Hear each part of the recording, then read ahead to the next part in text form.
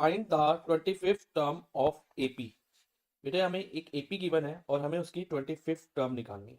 25th term means A25 निकालना है, यानी कि इसमें nth टर्म का फॉर्मूला हम अप्लाई करेंगे। अब nth टर्म का फॉर्मूला क्या है बेटा? an is equal to a plus n minus 1d। इसमें a क्या होता है बेटा? फर्स्ट टर्म ऑफ एपी, और d होता है कॉमन डिफरेंस, और n नंबर ऑफ टर्म्स। तो इधर बेटा a क्या रहेगा हमारा, ध्यान से समझना। a रहेगा फर्स्ट टर्म ऑफ एपी जो कि -5 है। अब डी क्या होता है बेटा? डी होता है किसी भी दो टर्म में का डिफरेंस। यानी कि अगर मान लो मुझे डी निकालना है तो मैं A2 माइनस A1 भी कर सकता हूँ, A3 माइनस A2 भी हम कर सकते हैं, और A4 माइनस A3 भी कर सकते हैं, कुछ भी। अगर ये कंफर्म एपी हमें गिवन है और सबसे आंसर सेम आएगा। तो अगर हम A2 माइनस A1 करें तो देखो क्या मिलता है हमें। A2 कितना है? -5/2। उसमें से A1 माइनस किया, A1 कितना था? -5। ओके, इक्वल टू -5/2, और यहां पर हमारे पास माइनस माइनस +5 हो जाएगा। Now taking LCM. एलसीएम किसका बेटा? डिनोमिनेटर्स का। 2 और 1 डिनोमिनेटर्स हैं इसमें हमारे पास। अब अब एलसीएम 2 आया। अब हम देखेंगे ये डिनोमिनेटर में हमारे पास 2 है, 2 के टेबल में 2 कब आता है, यानी कि एलसीएम वाला 2 इस 2 के टेबल में कब आता है? 1 पे आता है ना, यानी कि 2 मल्टीप्लाई बाय 1 2 होता है। तो हम न्यूमिनेटर को भी 1 से मल्टीप्लाई करा देंगे, यानी कि यहाँ पर हो जाएगा हमारे पास -5। अब ये देखेंगे कि ये जो एलसीएम वाला 2 1 के टेबल में कब आता है? 1 मल्टीप्लाई बाय 2 2 होता है। फाइन, तो हम 5 को भी हम 2 से मल्टीप्लाई करा देंगे, तो यहाँ पर हमारे पास आ जाएगा 10। 5 मल्टीप्लाई 2 10। अब -5 प्लस 10 5 हो जाएगा 5/2, यानी कॉमन डिफरेंस हमारा 5/2 आ गया। अब हम फॉर्मुला में वैल्यू सब्स्टिट्यूट करते हैं। हमने A25 निकालना ना, तो A की जगह तो बेटा -5 आ गया, प्लस n कितना है? n 25, 25 -1, और d कॉमन डिफरेंस 5/2। ओके, अब इधर लिखेंगे -5, 25 -1 24 मल्टीप्लाई बाय 5/2। अब ये और ये कट हो जाएगा, 12 आ गया हमारे पास। तो हमारे पास रहा -5, और 12 मल्टीप्लाई बाय 5 कितना होगा? 60 होगा ना। Yes sir. अब minus plus minus, 60 minus 5 55, sign greater का तो +55। तो 25th term of AP is 25th term of AP is equal to 55।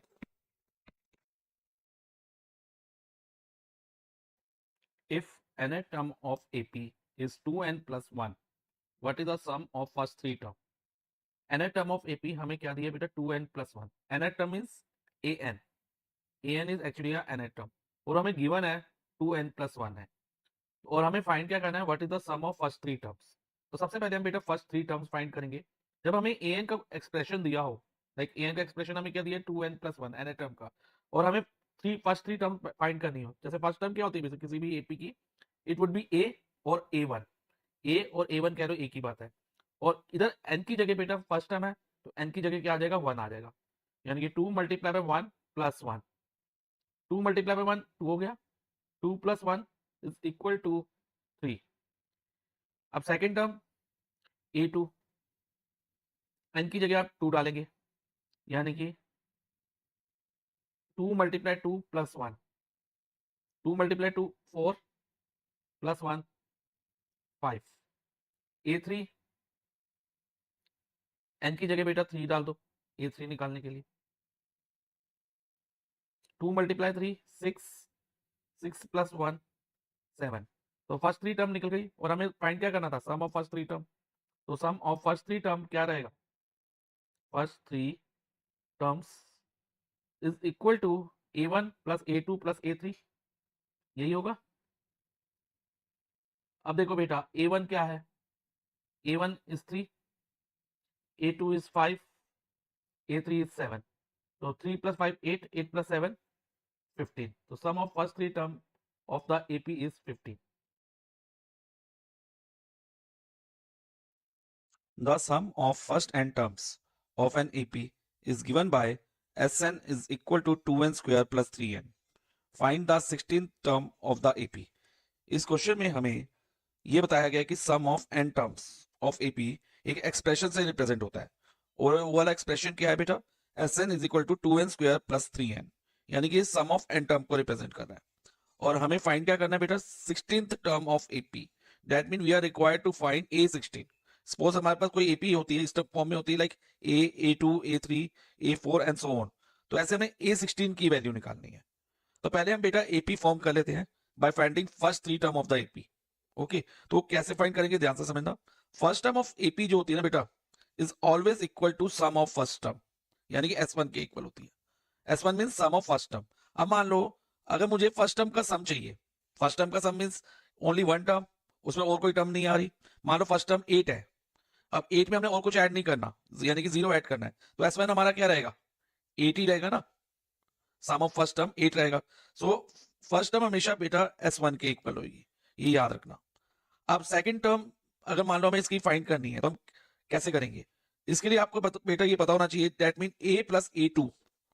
A plus A2 किसके इक्वल होगा, S2 के, सम ऑफ फर्स्ट टू टर्म. किसके इक्वल होगा, सम ऑफ फर्स्ट टू टर्म के. और इसमें A किसके इक्वल है, S1 के.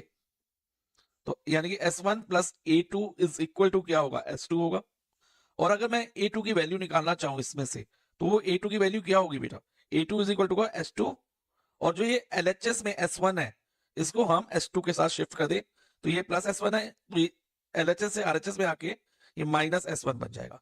यानी कि A2 क्या रहेगा बेटा हमारा, S2 minus S1. First term A is equal to S1 है, और सेकेंड टर्म यानी कि A2 S2 माइनस S1 आई. अब वहां पे A3 निकालनी हो, वो कैसे निकालेंगे, उसके लिए बेटा हमें सम ऑफ फर्स्ट 3 टर्म पता होनी चाहिए, like A plus A2 plus A3. ये क्या होगा बेटा, सम ऑफ फर्स्ट 3 टर्म, यानी कि S3 होगा. अब देखो बेटा A प्लस A2 किसके इक्वल था, S2 के इक्वल था ना. तो A प्लस A2 की जगह हम S2 डाल दें, और A3 को एज इट इज लिख दो, और S3 को भी आप एज इट इज लिख दो. और अगर A3 की वैल्यू फाइंड करनी है हमें, तो क्या करना होगा, S3 में से S2 को हम माइनस कर देंगे, S3 माइनस S2. तो ये थर्ड टर्म ऑफ एपी आ जाएगी. ऐसे ही बेटा अगर हमें A4 निकालना है, तो आप पैटर्न ऑब्जर्व करो.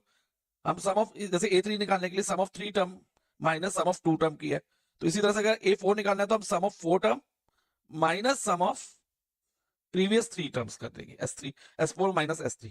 तो ऐसे हम कितनी भी टर्म्स एपी की फाइंड कर सकते हैं. ठीक है, तो हम एपी फॉर्म करने के लिए फर्स्ट 3 टर्म हमारे लिए इनफ होती है.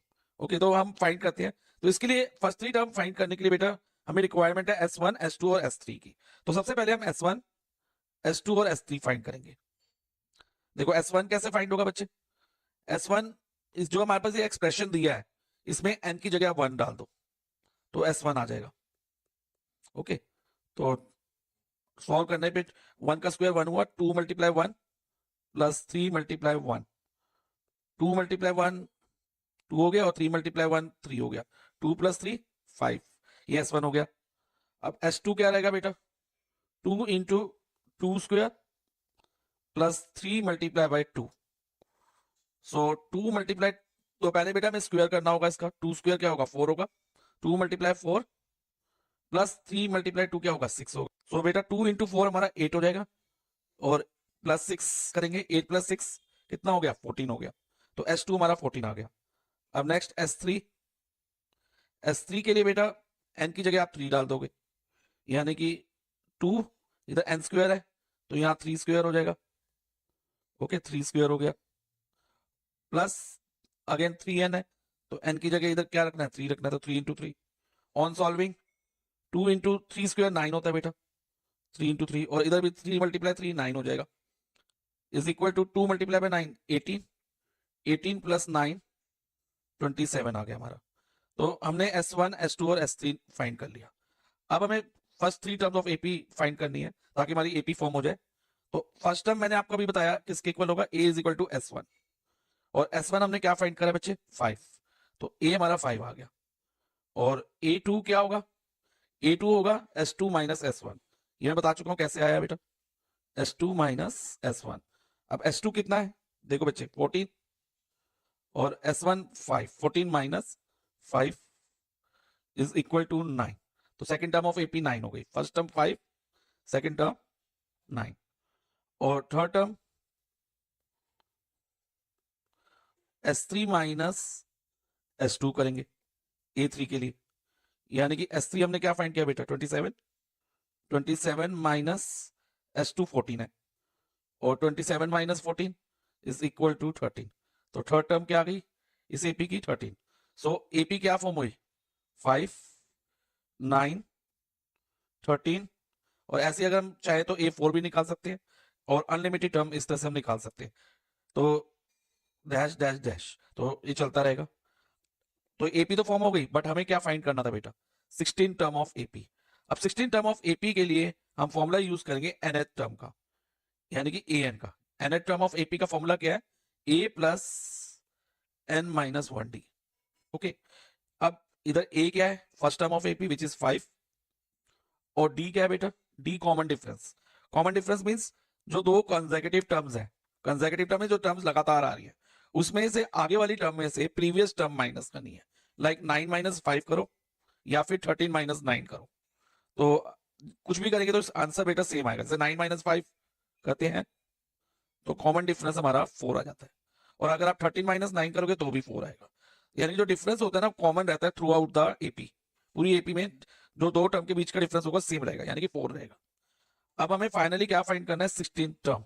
तो A16 फाइंड करना है। तो इस फॉर्मूला में बेटा हम n की जगह 16 लिखेंगे। a यानी कि फर्स्ट टर्म ऑफ एपी की जगह 5 n माइनस 1 है यानी कि 16 minus 1 multiply by d। d यानी कि कॉमन डिफरेंस। तो कॉमन डिफरेंस क्या है बेटा 4 है। अब सॉल्व करते हैं इसको 5 plus 16 minus 1 is 15 multiply by 4। अब बेटा 5 plus 15 multiply by 4 is 60 and 5 plus 60 is 65। सो हमारा आंसर हुआ 16 term of AP is 65। Find the value of A25 minus A50 for the AP 6, 9, 12, 15 and so on।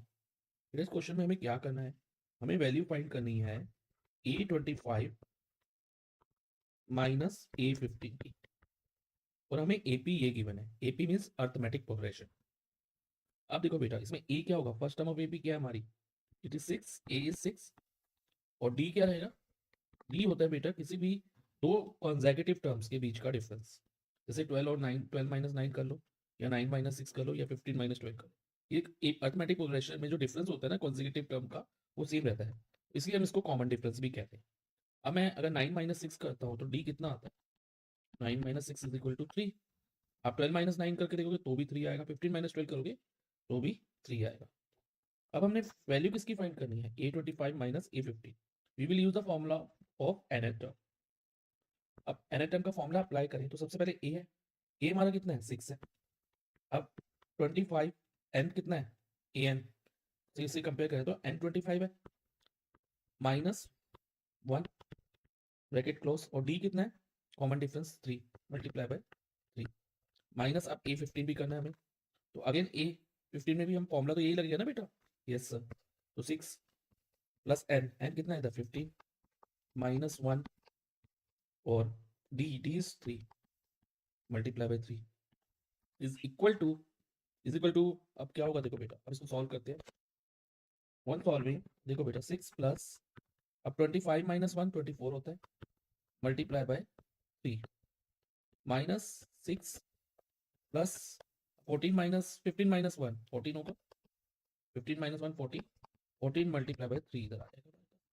Okay अब board मास के rule के according बेटा पहले हम मल्टीप्लाई करेंगे ऐड करने से पहले। कभी भी बेटा कई बार बच्चे क्या करते हैं कि वो इन दोनों 6 और 24 को ऐड कर देते हैं वो मल्टीप्लाई का साइन ही देखते। तो पहले हमें क्या करना है मल्टीप्लाई करना 24 मल्टीप्लाई बाय 3 तो 6 प्लस 24 3 का होता है 72। अब माइनस इधर भी 6 तो ऐसे ही रहेगा तो पहले हम 14 मल्टीप्लाई बाय 3 करेंगे तो plus 42। Okay now 6 plus 72 is 78 और 6 प्लस 42 48। अब 78 माइनस 48 कितना होता है 30। सो हमारे फर्स्ट क्वेश्चन का आंसर 30 आ गया फर्स्ट क्वेश्चन के फर्स्ट पार्ट। अब हम इसका सेकंड पार्ट करते हैं। दोनों पार्ट्स में हमें चॉइसेस है एग्जाम में अगर चॉइस आती है तो आपको एक अटेम्प्ट करना।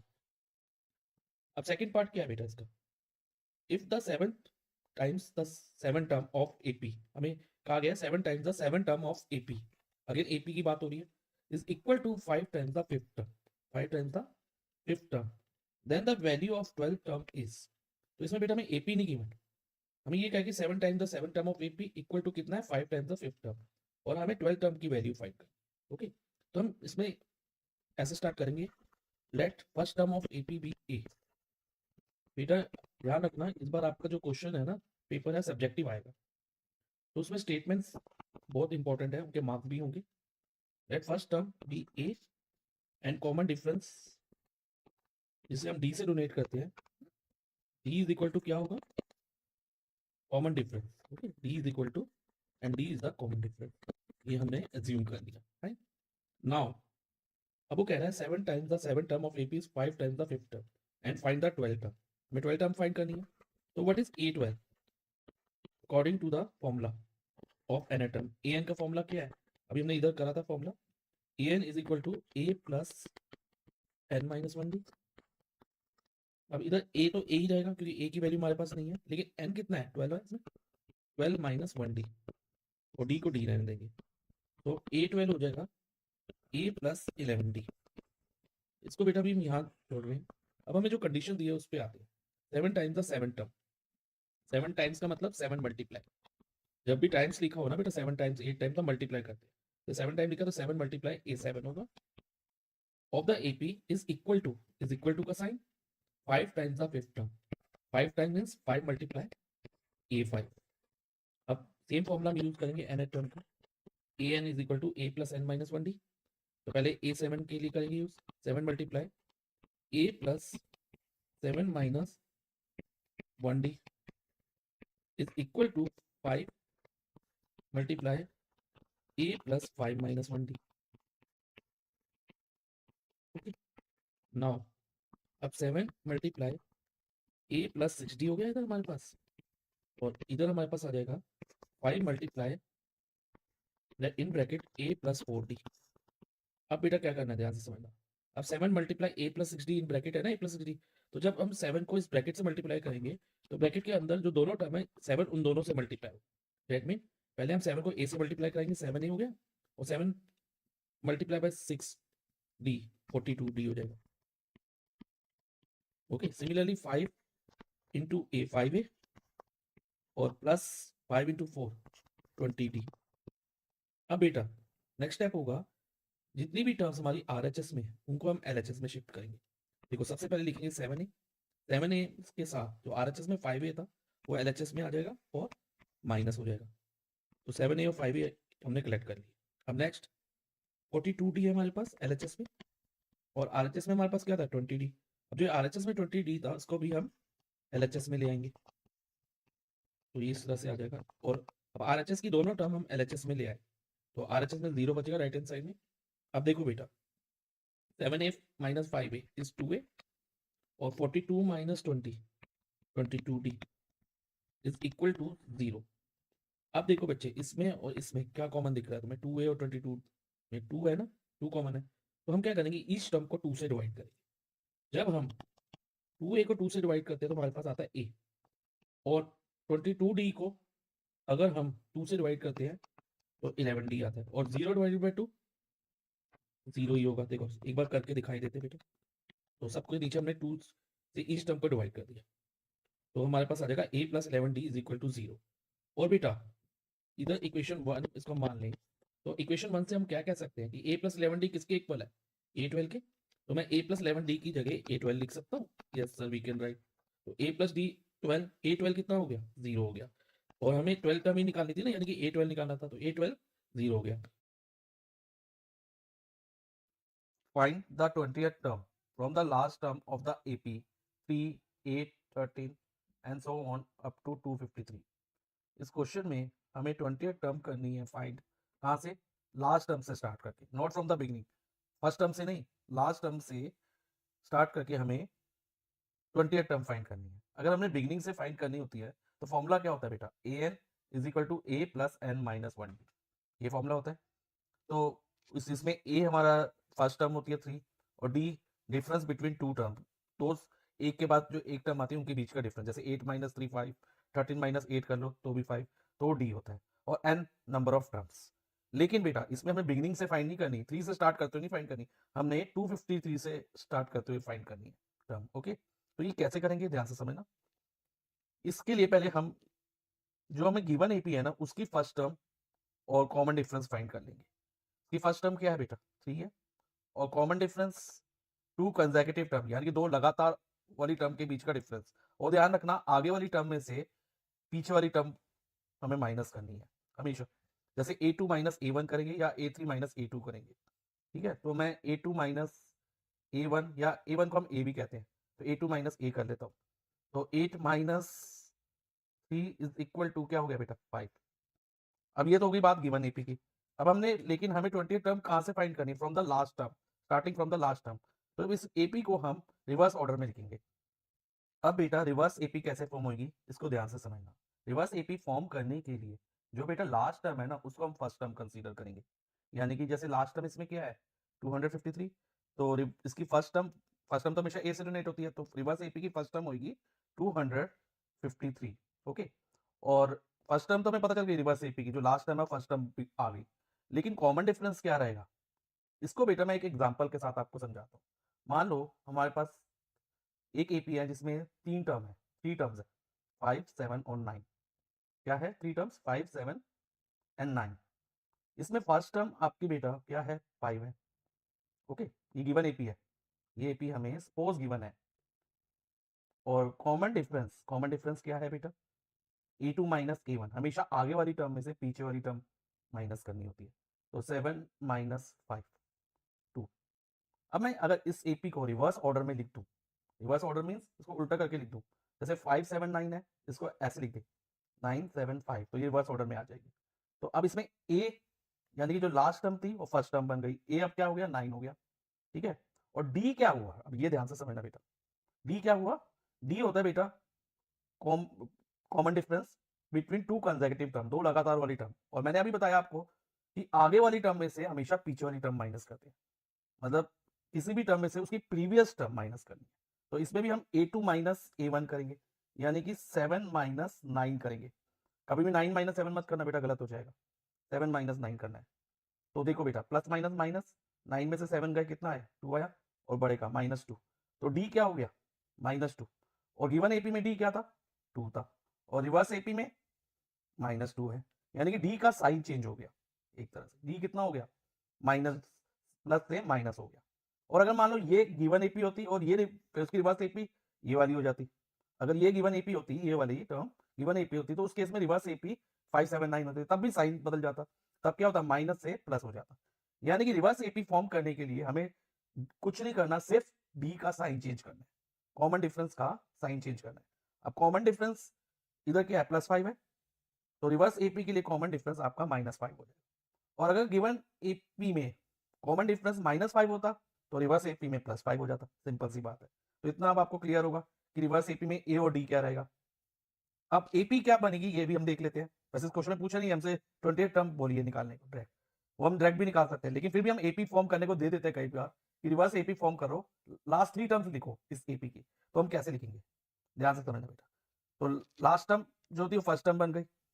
अब बेटा इसकी सेकंड टर्म कैसे निकलती है, किसी भी एपी में अगर हमें आगे वाली टर्म निकालनी है ना तो उसमें डी को प्लस करते जाते हैं। जैसे ए, फिर ए प्लस डी होता है, डी प्लस करते हैं, फिर ए प्लस डी यानी कि ए प्लस 2 डी हो जाता है, ऐसे ऐड करते जाते हैं एपी फॉर्म करने के लिए। तो इसमें भी हमें क्या करना है रिवर्स एपी में, फर्स्ट टर्म 253 और डी क्या है -5। अब 253 प्लस -5 क्या होगा बेटा 248, तो 248। और अगेन आप 248 में आप +-5 करो तो बेटा ये आएगा +-5, प्लस माइनस माइनस -5 हो गया, और 243, और डैश डैश डैश बीच में बहुत सारी टर्म आएंगी। और अब 3rd नंबर पे था ना स्टार्टिंग से, अब ये लास्ट टर्म से थर्ड लास्ट टर्म होगी 13 जो है, इधर से सेकंड स्टार्टिंग से 8 सेकंड नंबर पे था, तो ये सेकंड लास्ट टर्म हो जाएगी, और जो फर्स्ट टर्म थी वो क्या बन जाएगी लास्ट टर्म। तो रिवर्स एपी फॉर्म होगी हमारी।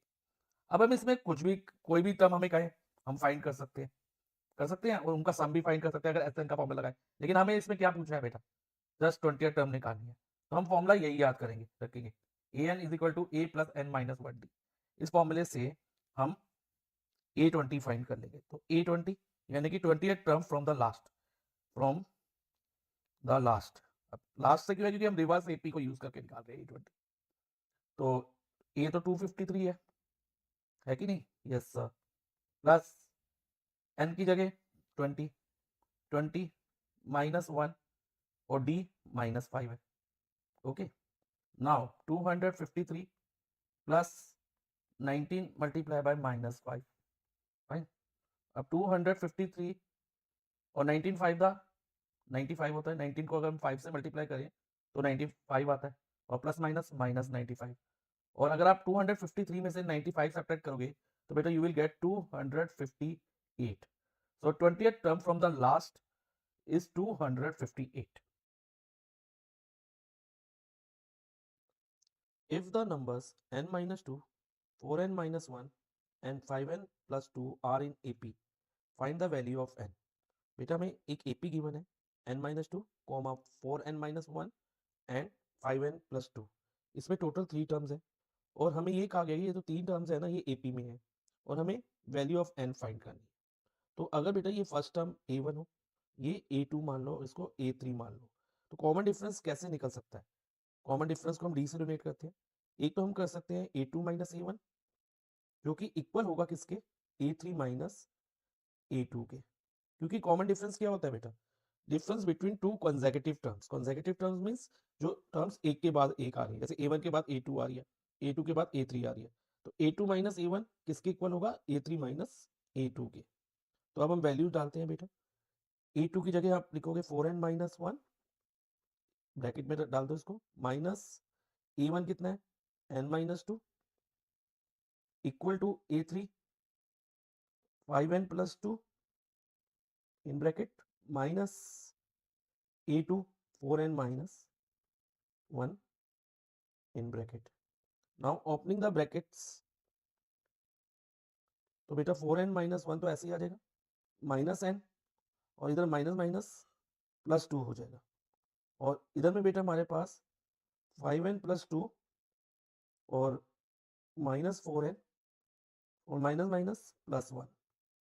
अब 4n माइनस n 3n हो गया बेटा, और माइनस 1 प्लस 2 प्लस 1 हो जाएगा, और इधर 5n माइनस 4n 1n, या 1n को आप n भी लिख सकते हो, और प्लस 2 प्लस 1 प्लस 3 हो जाएगा। अब n वाली टर्म बेटा LHS में ले लो। LHS में पहले से हमारे पास 3n है, अब 1n 3n के साथ ट्रांसपोज होगा तो प्लस 1n है, तो ये RHS से LHS में आके माइनस 1n हो जाएगा। और अब RHS में क्या बचा बेटा? 3 रिमेनिंग है, और 3 और जो प्लस 1 RHS में था ये LHS में ट्रांसपोज हो जाएगा और माइनस 1 हो जाएगा।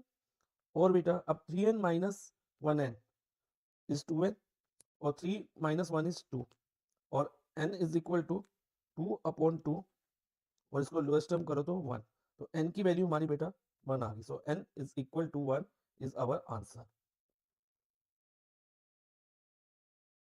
The common difference of AP 4 9 14 if the first term changes to 6, first term changes to 6 and the common difference remains same, write the new AP। इस क्वेश्चन में बेटा हमें एक AP गिवन है 4 9 14 और उसका हमें कॉमन डिफरेंस फाइंड करना है, फर्स्ट पार्ट। तो कॉमन डिफरेंस क्या होता है बेटा? It is a difference between two consecutive term, like 9 और 4 का डिफरेंस, 9 माइनस 4 करें या 14 माइनस 9 करें, ये कॉमन डिफरेंस है। और क्योंकि ये AP है तो डिफरेंस जो है ना सेम रहेगा, कॉमन रहेगा, इसलिए हम इसे कॉमन डिफरेंस कहते हैं। कॉमन डिफरेंस को हम जनरली डी से लेते हैं, इसमें कॉमन डिफरेंस हम 9 माइनस 4 करके भी निकाल सकते हैं, 14 माइनस 9 करके भी निकाल सकते हैं।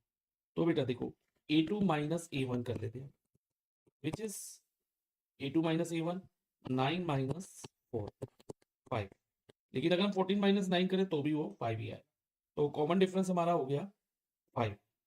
अब आगे क्या लिखा है? The first term changes to 6। अब इस टर्म जो गिवन AP थी उसकी फर्स्ट टर्म क्या आती बेटा? First term of given AP, first term generally हम उसको A से लेते हैं, इस 4 है। अब वो कह रहा है फर्स्ट टर्म को हमने 6 कर दे, और न्यू AP, और न्यू AP, अब नई AP फॉर्म करनी है। फर्स्ट टर्म यानी कि A क्या होगी? 4 की जगह 6 हो जाएगी, और कॉमन डिफरेंस हमें सेम रखना है, common difference remain the same यानी कि 5। तो न्यू AP क्या फॉर्म होगी? ध्यान से समझना बेटा। तो फर्स्ट टर्म उसकी 6 होगी, सेकंड टर्म होगी 6 प्लस 5 इज इक्वल टू 11, फिर थर्ड टर्म होगी 11 प्लस 5, कॉमन डिफरेंस हम ऐड करते जाएंगे 16, और अगर हमें फोर्थ टर्म निकालनी है तो 16 प्लस 5 इज इक्वल टू 21। तो ऐसे बेटा हम प्लस 5 ऐड करते जाएंगे। तो एपी क्या फॉर्म में 6 11 16 21 एंड सो ऑन। अब हम चेक कर सकते हैं इसकी फर्स्ट टर्म 6 है न्यू एपी की, यस, और कॉमन डिफरेंस सेम रह रहा है यानी कि 5 है।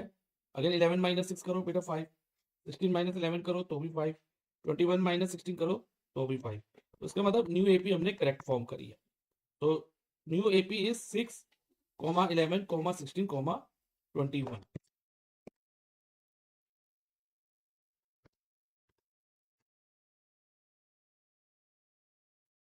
Is zero or term of the AP 31, 28, 25 and so on? Justify your answer. इस क्वेश्चन में हमें एक एपी गिवन है, it is 31, 28, 25 and so on, और हमें ये बताना है क्या जीरो इस एपी की टर्म है। तो बेटा ध्यान से ऑब्जर्व करो, इसकी फर्स्ट टर्म ए 31, सेकेंड टर्म इसकी क्या है A2 होती है ना, सेकेंड टर्म वो 28 है, which is 3 less than A, first term से 3 लेस है, ओके। और A3 क्या है 25 है, जो कि A2 से 3 लेस है। तो ऐसे बेटा टर्म जो है ना 3 लेस होती जा रही है। अब A4 3 लेस होके कितनी आएगी 22 हो जाएगी। ऐसे करते करते बेटा फिर A5 क्या होगी 19 हो जाएगी।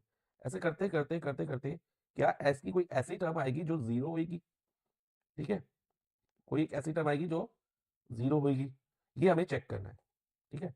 और अगर मान लेते हैं अगर ये जीरो आता है, मान लेते हैं बेटा, हमें कंफर्म नहीं है कि जीरो की टर्म होगी कि नहीं होगी, तो अगर होती है तो हम मान लेते हैं कि वो nth टर्म है, ठीक है। an से इसको कंपेयर करते हैं, nth टर्म को हम an कहते हैं, ये आपको पता है। बेटा ध्यान से ऑब्जर्व करो, यहाँ पर जैसे a है, a को हम a1 भी कह सकते हैं। 1 क्या है, वो किस टाइप का नंबर है, नेचुरल नंबर ही है ना, 1 2 3 4 5। नेचुरल नंबर भी नंबर स्टार्टिंग फ्रॉम 1, जो 1 से स्टार्ट होते हैं काउंटिंग नंबर्स। ना ये नेगेटिव है 1, ना ये बेटा फ्रैक्शन में है, रैशनल नंबर में भी नहीं है, फ्रैक्शन में भी नहीं है, और इंटीजर्स में भी नहीं है। देखो बेटा सिमिलरली 2 भी नेचुरल नंबर है, 3 भी नेचुरल है, इनमें कहीं पे भी आपको नेगेटिव नंबर ऑफ फ्रैक्शन नहीं दिखेगी। जो ये नंबर ऑफ टर्म्स, यानी कि नंबर ऑफ टर्म हमेशा जो होगी ना नेचुरल नंबर में होगी, it can never be negative, और ना ही वो फ्रैक्शन में होगी। तो बेटा अब हमने an is equal to 0 consider कर लेते हैं इसको, यानी कि an का फॉर्मूला क्या होता है a plus N minus 1d, इसको हम इक्वल टू 0 डालते हैं और n निकालते हैं, और देखते हैं कि n क्या आती है, फ्रैक्शन में आता है, इंटीजर्स में आता है, या फिर नेचुरल नंबर में आता है। अगर n की वैल्यू नेचुरल नंबर होती है तो हम स्ट्रेट फॉरवर्ड कह देंगे कि 0 is the term of this AP. अगर n इंटीजर्स या फ्रैक्शन में आएगी तो 0 is not the term of this AP. तो इसको करते हैं क्वेश्चन को बेटा, आ गया। देखो इसमें फर्स्ट टर्म क्या है एपी की, a1 यानी कि 31, a1 की जगह हम a भी लिख सकते हैं, यानी कि a31 हो गया, ये टर्म के फॉर्मूले में हमने a लिया। और d यानी कि कॉमन डिफरेंस, कॉमन डिफरेंस क्या होता है बेटा, to consecutive terms, consecutive terms में जो लगातार दो टर्म्स आ रही है उनके बीच का डिफरेंस, हमेशा आगे वाली टर्म में से पीछे वाली टर्म माइनस करनी थी, प्रीवियस टर्म माइनस करनी थी। लाइक a3 माइनस a2 कर लो आप, या a2 माइनस a1 कर लो, दोनों से आंसर सेम आएगा। मैं a3 माइनस a2 से निकालता हूँ, तो क्या होगा बेटा 25 माइनस 28, और 25 माइनस 28 माइनस 3 हो जाएगा, ओके। तो डी हमारा माइनस 3 हो गया। अब हम इस इक्वेशन में वैल्यू सब्स्टिट्यूट करते हैं, ए की जगह 31 लिखा, प्लस एन हमें फाइंड करना है, तो ब्रैकेट में एन को एन लिखो, -1 ब्रैकेट क्लोज, और डी, डी हमारा -3 है, तो multiply bye -3 is equal to 0। अब बेटा नेक्स्ट स्टेप क्या होगा, हम क्या करेंगे, जो +31 है ना, इसको 0 के साथ शिफ्ट कर देंगे, तो इक्वेशन हमारी ये बन जाएगी n-1 multiply bye -3 is equal to 0 -31। इधर +31 है, ये LHS से RHS में जाके -31 हो जाए। तो बेटा अब n-1 मल्टीप्लाई बाय -3, अब 0 -31 क्या होगा, प्लस माइनस माइनस -31 हो जाएगा, और 31 में से 0 माइनस करो तो 31 आता है साइन ग्रेटर का। अब बेटा n-1 को हम एक सिंगल नंबर मान ले, एक वेरिएबल सिंगल वेरिएबल मान ले, तो यहाँ पर मल्टीप्लाई बाय -3 हो रहा है, और अगर मैं n-1 की वैल्यू चाहिए ना, हम क्या करेंगे, -31 अपॉन -3 कर देंगे, यानी कि यहाँ मल्टीप्लाई था -3, तो यहाँ पर हो गया -31 डिवाइडेड बाय -3 हो गया। तो हमेशा इसको डिवाइजर में ले जाते हैं जब यहाँ मल्टीप्लाई हो। तो बेटा ये और ये कट हो गया। अब आप ध्यान से देखना, अब n की वैल्यू कैसे निकलेगी, n-1 इज इक्वल टू हमारा 31/3 आ गया, तो n होगा बेटा 31/3 -1 LHS से RHS में जाके +1 हो जाएगा। फाइन। अब बेटा इसको सॉल्व करना है हमें। देखो इसके नीचे कुछ, 1 के नीचे कुछ नहीं है, 1 आ जाएगा। 3 और 1 का एलसीएम 3 हुआ। अब इस 3 के टेबल में 3 कब आता है, 1 पे, तो हम 31 को भी 1 से मल्टीप्लाई कर देंगे, तो वी गेट 31। अब 3 1 के टेबल में 3 पे आता है, तो ऊपर भी 3 से मल्टीप्लाई हो जाएगा 3, तो ये हो जाएगा बेटा 34/3। अब n की वैल्यू हमारी क्या है, 34/3, जो कि फ्रैक्शन है, नेचुरल नंबर नहीं है। तो अगर जीरो को टर्म होती तो ये n हमारा ना नेचुरल नंबर में आंसर आता। तो अभी तो n नेचुरल नंबर में नहीं आया, किस में आया, फ्रैक्शन में आया। तो हम कहेंगे value of n does not belong to natural number. जो कैपिटल n होता है ये नेचुरल नंबर का सिंबल होता है, और ये नॉट बिलोंग टू का सिंबल है। बिलोंग टू का सिंबल ये होता है और नॉट टू बिलोंग टू का ये होता है। तो हम फाइनली लिखेंगे देयरफॉर, क्योंकि जो n की value is not a natural number, therefore 0 is not the term of given AP.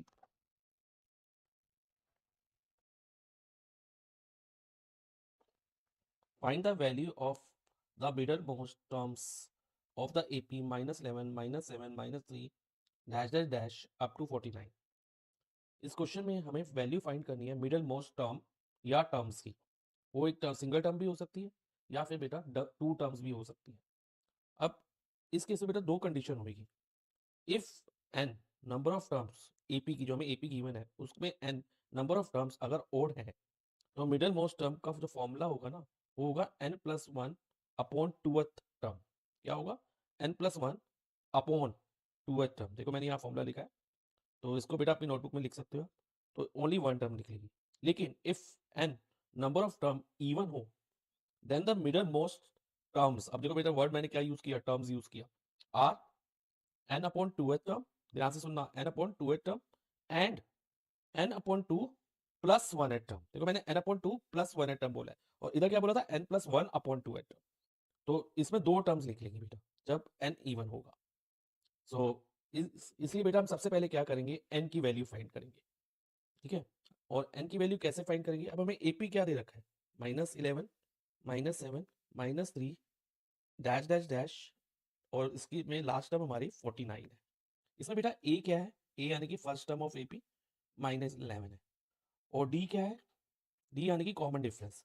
वो बेटा आप A2 -A1 कर सकते हो या A3 -A2 कर लो, कुछ भी कर सकते हो। लाइक -7 -11 कर लेते हैं, क्या बनता है ध्यान से देखना बेटा, -7 minus minus plus 11 is equal to 4। So common difference is 4। Right. अब बेटा हम n की वैल्यू हमें निकालनी है, तो हम 49 को इसकी nth टर्म कंसीडर कर लेते हैं। कि हम ये मान लेते हैं जो 49 है ना, इसकी nth टर्म है। जैसे फर्स्ट है, ये सेकंड टर्म है, ये थर्ड टर्म है, फिर फोर्थ टर्म आएगी, और 49 को nth टर्म मान लेते हैं। और nth टर्म का फॉर्मूला क्या होता है बेटा, an is equal to a plus n-1d, और इसको इक्वल टू 49 कंसीडर कर लेते हैं। अब a first term of AP is -11 plus n की वैल्यू हमें निकालनी है, तो n एज इट इज रहेगा, n-1d, d कितना है, 4 है, इज इक्वल टू 49। अब सबसे पहले आप क्या करेंगे बेटा, जो ये -11 है ना, इसको 49 के साथ ट्रांसपोज कर दो। तो इधर क्या होगा, n-1 multiply by 4 is equal to, अब जब -11 LHS से RHS में जाएगा, तो यहाँ पर माइनस से प्लस में चेंज हो जाएगा, 49 + 11, n-1 multiply by 4 is equal to 60। अब n-1 की वैल्यू क्या रहेगी बेटा, ये n-1 ब्रैकेट के बाहर मल्टीप्लाई बाय 4 है, तो हम यहाँ ये मल्टीप्लाई बाय 4 है, तो हम इसको 60 डिवाइडेड बाय 4 कर देंगे, मल्टीप्लाई से डिवाइजर में ले आएंगे। अब देखो बेटा क्या होगा, n-1 is equal to 60 divided by 4 is 15। Fine. और n क्या आया हमारा, अभी n-1 इज इक्वल टू 15 है, तो n की वैल्यू रहेगी 15 -1 LHS से RHS में ट्रांसपोज हो जाएगा, और n इज इक्वल टू हमारा 16 आ जाएगा। अब n बेटा क्या आया हमारा, इवन नंबर, और मैंने आपको बताया था जब भी n इवन होगा तो there will be 2 middle most terms. एक होगी n अपॉन 2 टर्म और सेकंड होगी n अपॉन 2 प्लस 1 टर्म। तो अब हम n हमारा 16 आया विच इज इवन, तो हम n टर्म फाइंड करते हैं। तो कौन सी दो टर्म होंगी, n की जगह आप 16 डालो, 16 अपॉन 2 टर्म, दो टर्म्स, एंड n अपॉन 2 यानी कि 16 upon 2 plus 1 term. Okay, 16 upon 2 8 term हो गई है, और बेटा इधर भी 16 और 16 डिवाइड बाई 2 करोगे 8 आएगा, और 8 प्लस 1 9 टर्म। अब हमें ये पता चल गया जो मिडल मोस्ट टर्म है ना 8 टर्म है और 9 टर्म है, यानी कि अब हमने 8 टर्म और 9 टर्म की वैल्यू फाइंड करनी है। अभी तो हमें ये पता चला कि नंबर ऑफ जो नंबर में कौन सी टर्म है, 8 टर्म है और 9 टर्म है मिडल मोस्ट टर्म्स। तो लेकिन इनकी वैल्यू कैसे निकलेगी, उसके लिए बेटा हम ए एन का फॉर्मूला यूज करेंगे, जो कि अभी मैंने बताया आपको, ए प्लस एन माइनस 1 डी होता है। तो यानी कि अगर इधर ये फॉर्मूला लगाएं तो ए हमारा क्या है -11 और डी 4। तो ए की जगह आप -11 निकाल लिखोगे 8 टर्म निकालने के लिए पहले, प्लस n माइनस 1, एन इधर क्या है बेटा 8 टर्म के लिए ए 8 निकाल रहे हैं अभी, -11 और 8 माइनस 1 इंटू डी, डी हमने फाइंड करा था अभी, देखो बेटा 4 फाइंड किया था, यस सर 4 फाइंड किया था। तो ये वैल्यू हम सब्सिट्यूट करेंगे, -11 8 माइनस 1 7 7 मल्टीप्लाई बाय 4। अब ये आ जाएगा -11 प्लस 28, और माइनस प्लस माइनस 28 में से 11 माइनस करोगे तो बेटा 17 आएगा, यानी कि 8 टर्म हमारी 17 हो गई। अब हमने A9 निकालना है, क्या निकालना है A9। A9 के लिए फॉर्मूला तो यही रहेगा ना बेटा, A plus N minus 1 d. इसमें A कितना है -11, n की जगह 9 लिखोगे, 9 माइनस 1 इंटू डी, डी हमारा 4 फाइंड हुआ था। तो -11 9 माइनस 1 इज 8, 8 मल्टीप्लाई बाय 4, तो -11 प्लस 32। ओके, और -11 प्लस 32 क्या होगा 21, तो A9 हमारा 21 आ गया। तो फाइनली मिडल मोस्ट टर्म की values which are 8 and 9 term are 21 and 17। Okay, तो हमारा आंसर आ गए। An AP consists of 50 terms, of which third term is 12 and last term is 106. Find the 29th term. हमें इस question में कहा गया कि AP है जिसमें टोटल 50 टर्म्स है, इन ऑल 50 टर्म्स है। For example first term A है, सेकंड टर्म क्या होगी A2 होगी, थर्ड टर्म A3, और बीच में काफी सारी टर्म होगी A4 A5, और फाइनली जो लास्ट टर्म उसकी रहेगी ना बेटा वो 50 टर्म A50 होगी। A50 की होगी टोटल नंबर ऑफ टर्म, अगर मैं ऐसे काउंट करें 1 2 3 4 5 6 7 एंड सो ऑन, तो लास्ट टर्म A50 रहेगी इसकी। ओके, अब आगे पढ़ो क्या लिखा है, an AP consist of 50 term of which third term is 12 and last term is 106। Third term क्या है 12 और लास्ट टर्म 106 है, और हमें क्या फाइंड करनी है 29 टर्म। तो इसमें फर्स्ट टर्म तो बेटा ए हो गई, फर्स्ट टर्म ए हो गई, और डी को हम एज्यूम कॉमन डिफरेंस को डी एज्यूम कर लेते हैं, let common difference is equal to d. Okay, अब हमें क्या कहा है कि थर्ड टर्म इज 12, यानी कि A3 जो है ना बेटा वो 12 है। अब A3 यानी कि इसको अगर हम ये फॉर्मूला अप्लाई करें इसमें AN वाला A3 में, तो बाद में हमें एक इक्वेशन मिल जाएगी, लाइक A3 के लिए पहले हम लिखेंगे A, अब n माइनस 1 यानी कि n क्या इधर 3 है, 3 माइनस 1 इन ब्रैकेट हो गया 3 माइनस 1 और into d is equal to 12, that mean A plus 2D is equal to 12। तो ये इक्वेशन 1 हो जाएगी। अब आगे क्या लिखा है, लास्ट टर्म इज 106। अब लास्ट टर्म कौन सी बेटा A50 है, तो A50 is equal to 106। Again we will use nth term का फॉर्मूला, an का फॉर्मूला यूज करेंगे, तो ये होगा nth का टर्म का फॉर्मूला यूज करें तो A प्लस 50 माइनस 1D होगा is equal to 106, A plus 49D is equal to 106। अब इसे इक्वेशन 2 कंसीडर कर लेते हैं।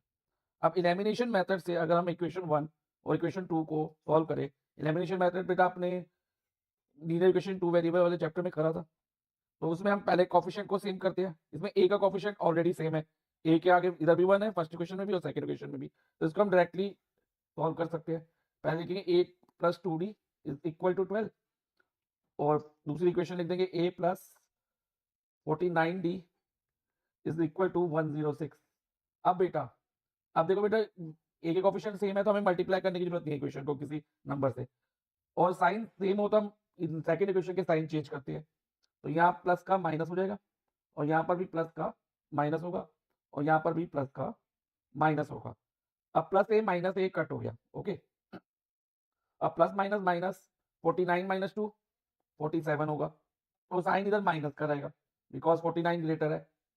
और इधर क्या होगा बेटा, प्लस माइनस माइनस 106 में से अगर हम 12 माइनस करते हैं तो आंसर आता है 94 और sign again here greater number का आएगा -94।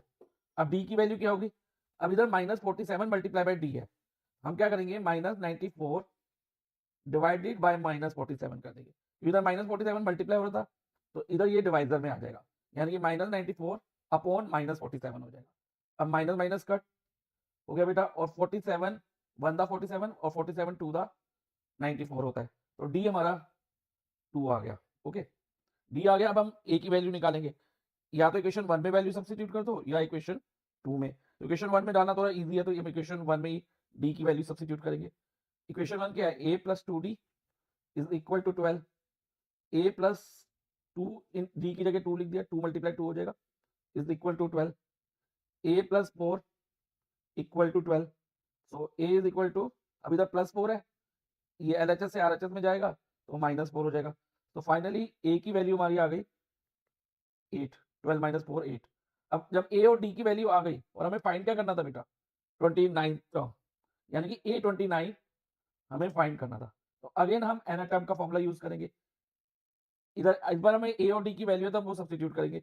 ए कितना है, 8 है बेटा, और एन 29 रहेगा, 29 माइनस 1, और डी कितना है, इट इज 2 मल्टीप्लाई बाय 2, तो 8 प्लस 29 माइनस 1 28 होगा मल्टीप्लाई बाय 2। 8 प्लस, अब 28 को अगर हम 2 से मल्टीप्लाई करें तो इट विल बी 56, और 8 प्लस 56, फाइनली हमारा आंसर हुआ 29 term of this AP is 64। Find the sum of first 20 odd numbers. इस क्वेश्चन में हमें फाइंड करना है sum of first 20 odd numbers. Odd numbers कौन से होते हैं बेटा, ऑड नंबर 1 से स्टार्ट होते हैं और वो 2 से डिविजिबल नहीं होते, यानी कि 2 के टेबल में नहीं आते। तो फर्स्ट ऑड नंबर कौन सा होगा, 1, first odd number is 1। Second odd number 3 होगा और फिर 5 एंड सो ऑन। तो ऐसे 20 ऑड नंबर्स का, पहले 20 ऑड नंबर का सम फाइंड करना है। एक काम तो हम बेटा ये कर सकते हैं कि हम यहाँ पर फर्स्ट 20 ऑड नंबर्स लिख दें और उनको ऐड करें एक के नीचे एक लिख के, तो थोड़ा बेटा प्रोसेस जो है लेंथी हो जाएगा। तो इसको करने के लिए हम क्या करेंगे, एपी का यूज़ करेंगे, अर्थमेटिक प्रोग्रेशन का। तो हमें ये पता है कि ये 20 टर्म्स होंगी इसमें, यानी कि एन हमारा 20 रहेगा, 20 ऑड नंबर है ना, तो एन तो 20 रहेगा। ओके, और तो इसमें हम सम निकालेंगे, sum of n terms of AP. लेकिन बेटा उसके लिए पहले हमें ये प्रूव करना होगा कि जो ये टर्म्स है ना 1 3 5 एंड सो ऑन, ये सारी टर्म्स एपी में है। तो हमें कैसे पता चलेगा कि ये टर्म्स एपी में है या नहीं, तो उसके लिए हम कॉन्जेक्यूटिव टर्म्स के बीच में, दो दो कॉन्जेक्यूटिव टर्म के बीच में डिफरेंस निकालेंगे। लाइक ये ए है, ये ए2 है, ये ए3 है। अगर हम ए2 माइनस ए करें तो क्या आता है बेटा, 3 माइनस 1 इज इक्वल टू 2। और अगर ए3 माइनस ए2 करें, 5 माइनस 3 इज इक्वल टू 2। तो मतलब कंसेक्यूटिव टर्म्स के बीच में डिफरेंस जो है सेम आ रहा है हर दो कंसेक्यूटिव टर्म के बीच में। कंसेक्यूटिव टर्म मींस आगे वाली टर्म में से हमें प्रीवियस टर्म, पीछे वाली टर्म माइनस करते जाए, तो उनमें सब में डिफरेंस कितने का है, कॉमन डिफरेंस 2 है, यानी कि डी हमारा 2 रहेगा, ये हमारा डी हो जाएगा 2। और हमें फाइंड क्या करना है, सम ऑफ 20 ऑड नंबर्स, यानी कि एन इधर 20 है। तो अब हम ये तो पता चल गया कि एपी है, तो पहले हम लिख देते हैं therefore given terms are in AP, given terms are in AP, AP में है। अब ये एपी में है तो इसकी फर्स्ट टर्म तो बेटा हमारी क्या है, ए विच इज 1, और डी यानी कि कॉमन डिफरेंस, चाहे वो आप किसी भी दो टर्म के बीच में डिफरेंस निकालो, 5 माइनस 3 करो तो भी 2 है, 3 माइनस 1 करो तो भी 2 है, तो डी हमारा 2 रहेगा।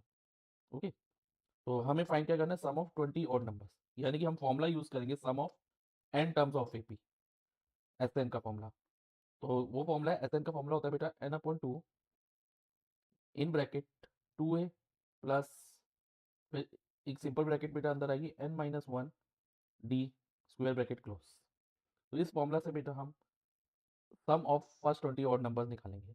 तो n इधर यानी कि नंबर ऑफ ऑड नंबर्स कितने हैं, 20 है, तो n की जगह 20 आ जाएगा, यानी कि s20 is equal to 20 upon two. अब 2a है, 2 इंटू ए हमारा 1 है और n 20 है माइनस 1, और d कितना है बेटा, d 2 है। फाइन, नाउ आगे इसको कंटिन्यू करें तो देखो बेटा 20 divide by 2 10, s20 is equal to 10 multiply by in square bracket 2 multiply by 1 2 होता है। अब इधर 20 माइनस 1 करो तो 19 आएगा और multiply by 2। Okay, so 10 multiply in square bracket 2 plus, अब 19 मल्टीप्लाई बाय 2 38 हो जाएगा। तो 10 2 प्लस 38 कितना होता है 40, तो 10 मल्टीप्लाई बाय 40, तो 10 मल्टीप्लाई बाय 40 इज 400, यानी कि sum of first 20 odd number क्या आ गया हमारा 400। तो अब हम स्टेटमेंट लिख देते हैं, sum of first 20 odd number is equal to 400। Question number 14 भी हमारा केस स्टडी क्वेश्चन है।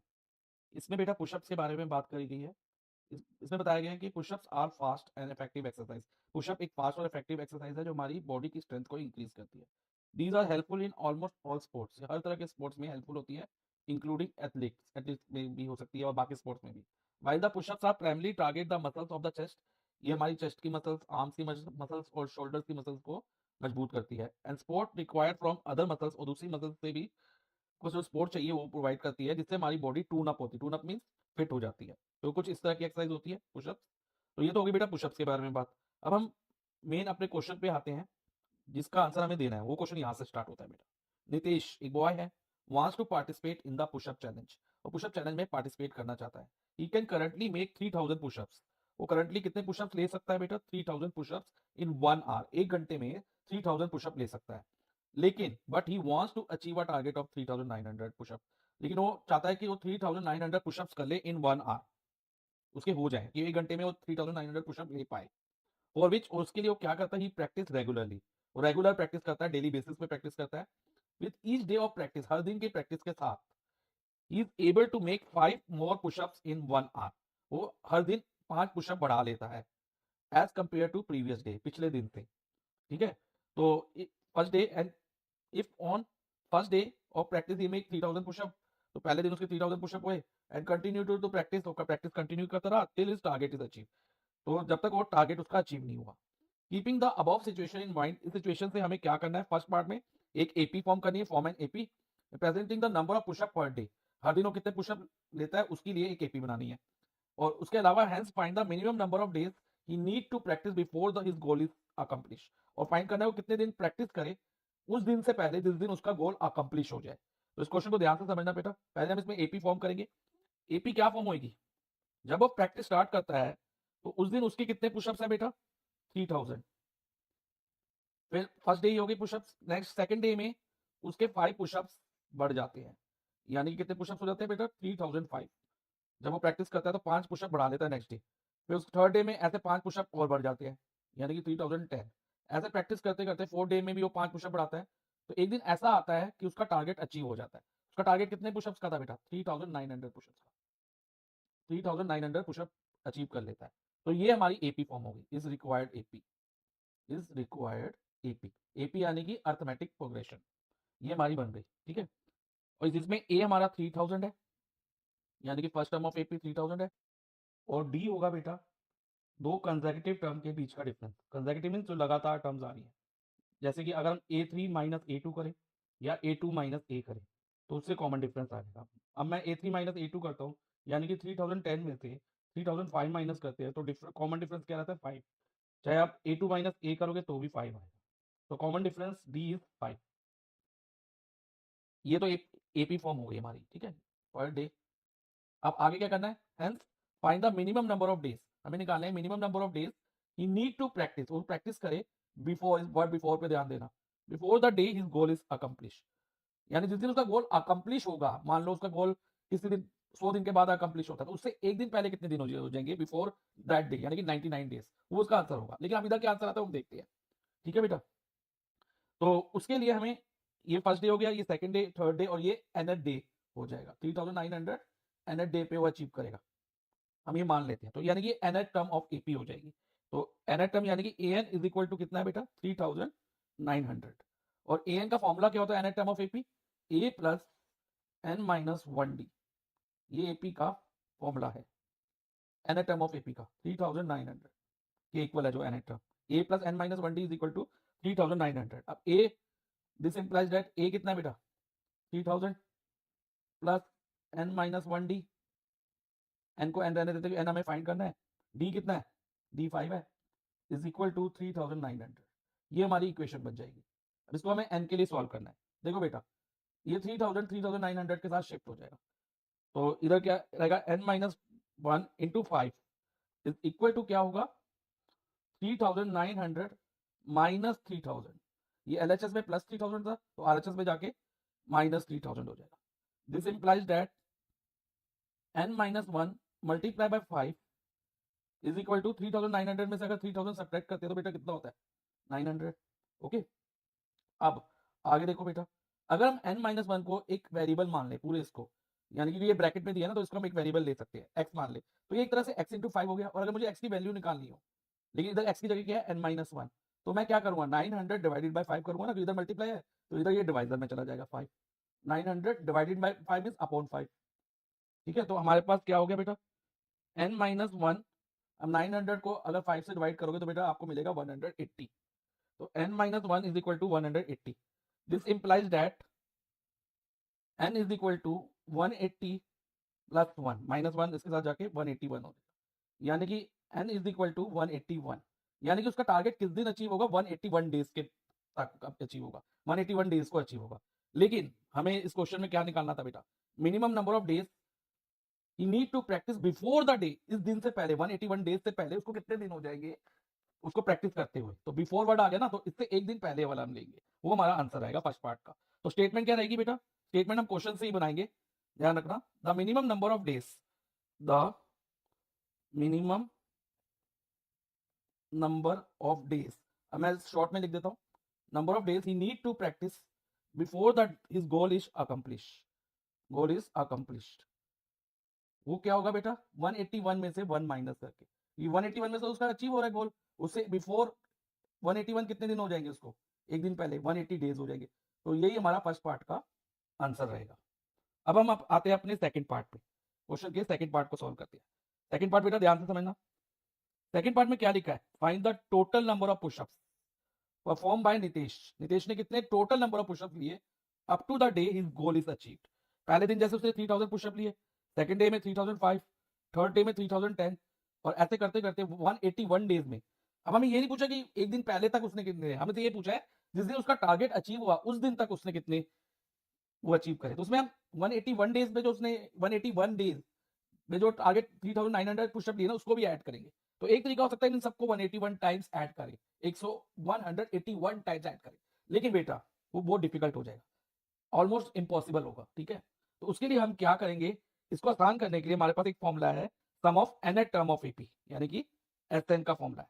एस एन क्या होता है बेटा, एस एन का फॉर्मूला होता है N upon 2 in bracket 2a plus N minus 1d, ये sum of n terms of AP है।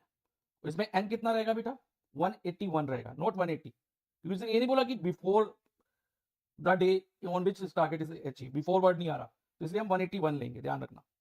अब बेटा हम इसके अंदर वैल्यू डालते हैं एन के फॉर्मूला में, सम ऑफ एन टर्म में, एन कितना लेंगे 181, क्योंकि उसने 181 डेज में टारगेट अचीव किया है, 180 मत लेना बेटा, गलत हो जाएगा। ओके, और एन अगेन 1, इधर एन अपॉन 2 है तो 181 अपॉन 2 हो जाएगा, इन ब्रैकेट 2 इंटू ए कितना है, फर्स्ट टर्म ऑफ एपी 3000, और एन अगेन 181 है, 181 माइनस 1 इंटू डी, डी कितना है बेटा 5।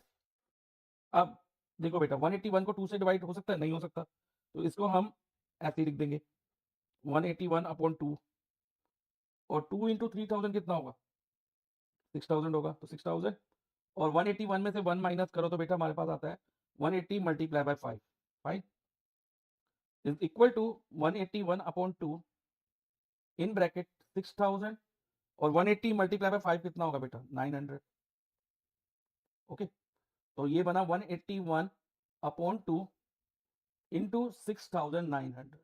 अब 2 को 6900 से डिवाइड करोगे बेटा तो आपका आएगा 3450, और 181 को 3450 से मल्टीप्लाई करते हैं तो क्या होगा, देखो बेटा 181 को किससे, 3450 से, तो फाइनली हमारा आंसर आ जाएगा मल्टीप्लाई करके 624450। ये हमारा सेकंड पार्ट का आंसर हो गया।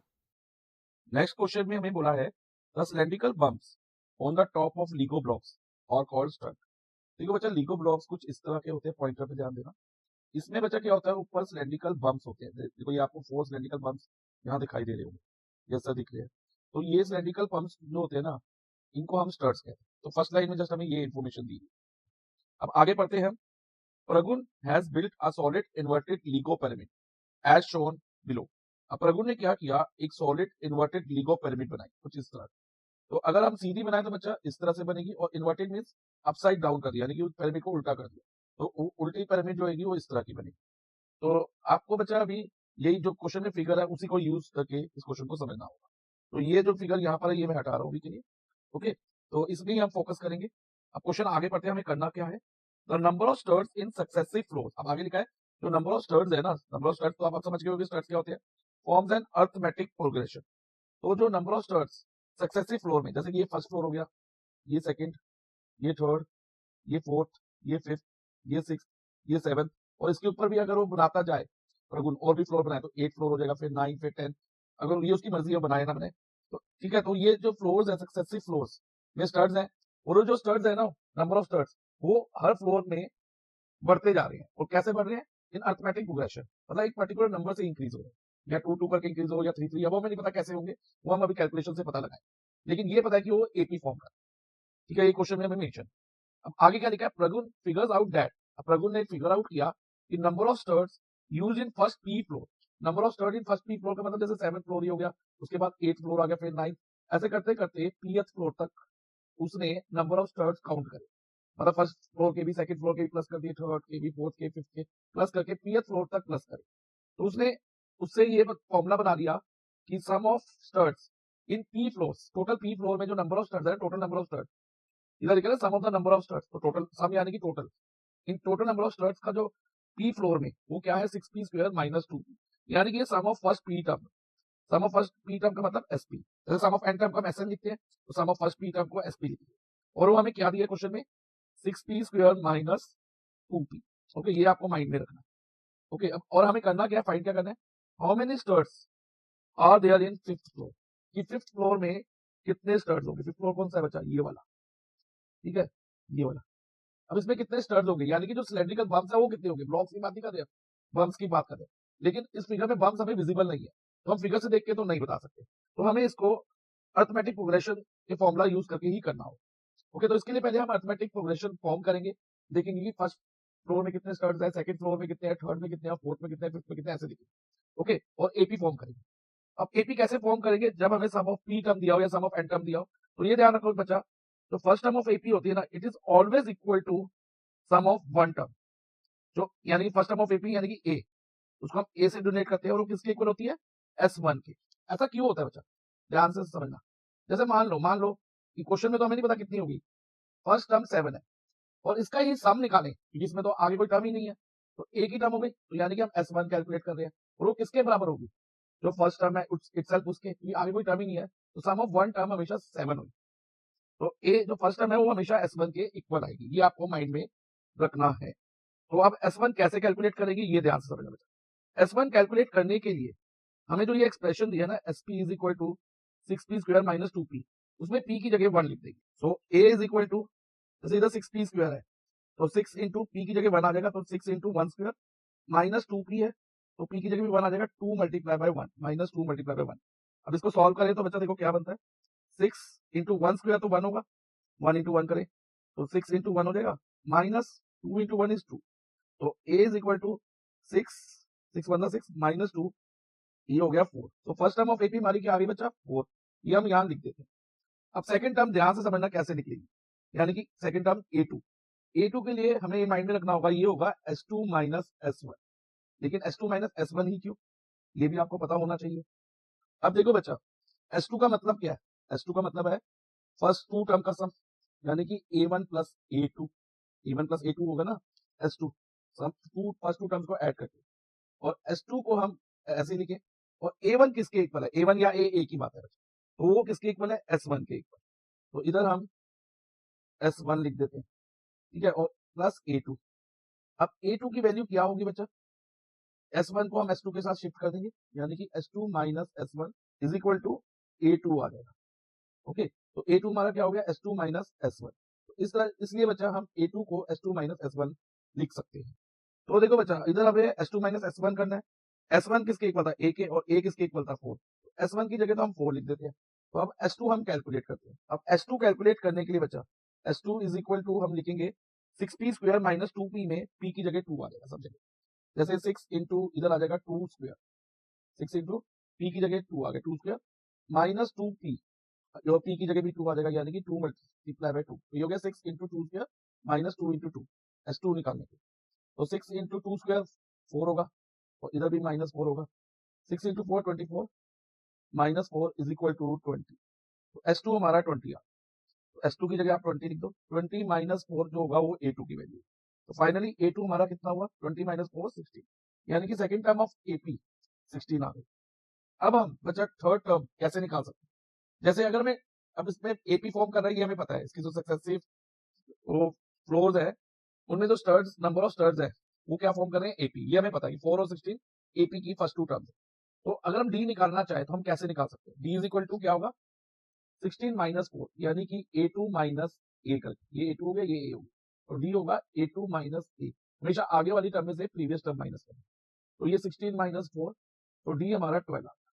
अब अगर हम A3 निकालना चाहते हैं, तो A3 के लिए क्या करना होगा, 16 में हमें 12 प्लस करना होगा। तो A3 आ जाएगा 16 प्लस 12, कितना हो गया, 16 प्लस 12 हमारा 28। तो ये A3 आ गया। तो 4 16 28 एंड सो ऑन, ये क्या फॉर्म हो गई, एक AP फॉर्म हो। लेकिन हमें तो क्या निकालना था, number of stairs are there in fifth floor, fifth floor में, यानी कि A5 की वैल्यू निकालनी, इसकी वैल्यू निकालनी थी A5। A5 की वैल्यू निकालने के लिए बच्चा हम AP का फॉर्मूला यूज करेंगे, या कह रहे हो पीएथ टर्म का, पीएथ टर्म निकालनी होगी। तो इधर हमें S sum of first P term दिया, तो इधर हम इसलिए P यूज कर रहे हैं, वैसे तो AN होता है, लेकिन इधर AP यूज कर रहे हैं। पीएथ टर्म का फॉर्मूला क्या होगा, A plus P minus 1D। अगर nth टर्म होता तो फॉर्मूला होता A plus N minus 1D, लेकिन इधर पीएथ टर्म निकालनी है तो A plus P minus 1D। अब A तो फर्स्ट टर्म हो गई, तो A5 होगा 4 प्लस P की जगह हम 5 लेंगे, यानी कि 5 माइनस 1, और D क्या बचा 12 मल्टीप्लाई बाय 12। ओके, तो 4 प्लस 5 माइनस 1 क्या होगा, 4 होगा, मल्टीप्लाई बाय 12। तो 4 प्लस 48, 4 प्लस 48 कितना होगा, 52। यानी कि फिफ्थ फ्लोर में ऑफ दिस पिरामिड कितने स्टर्स होंगे, 52 स्टर्स। ओके, ऐसे ही हम कितने भी निकाल सकते हैं, सिक्स फ्लोर में निकालना चाहे तो A6, अगर मान लो 10th फ्लोर में बोले तो A10 निकाल लो, अगर वो फ्लोर्स, नंबर ऑफ फ्लोर्स बढ़ाता है तो लेकिन अभी जो हमारा आंसर है वो क्या है, number of stairs in fifth floor is 52। तो हमारा आंसर रहेगा ऑप्शन डी। अब हम करेंगे क्वेश्चन नंबर 37। ये क्वेश्चन बच्चा केस स्टडी बेस्ड क्वेश्चन है। इसमें हमें कहा school auditorium has to be constructed, एक स्कूल ऑडिटोरियम बनना है with a capacity of 2000 people, जिसमें मैक्सिमम 2000 पीपल बैठ सके, ऐसा एक ऑडिटोरियम बनना है।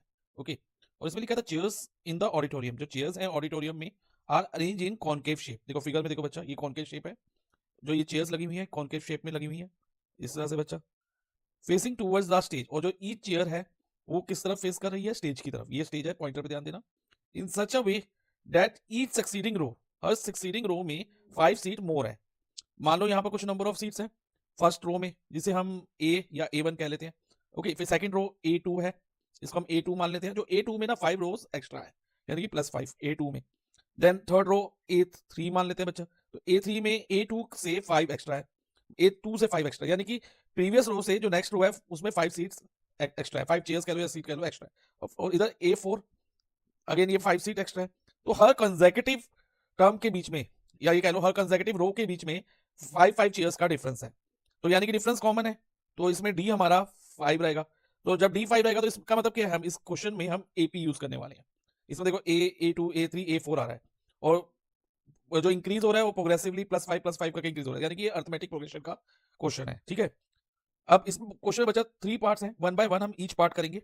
तो पहले हम बच्चा इसका फर्स्ट पार्ट करते हैं।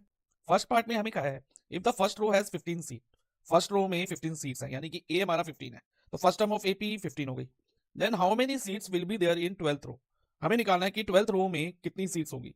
तो एपी क्या फॉर्म होगी बच्चा, 15 फर्स्ट रो में, सेकंड रो में 15 + 5 20, थर्ड रो में 20 + 5 25, क्योंकि 5 इंक्रीज हो रहा है, तो ये हमारी एपी बन जाएगी।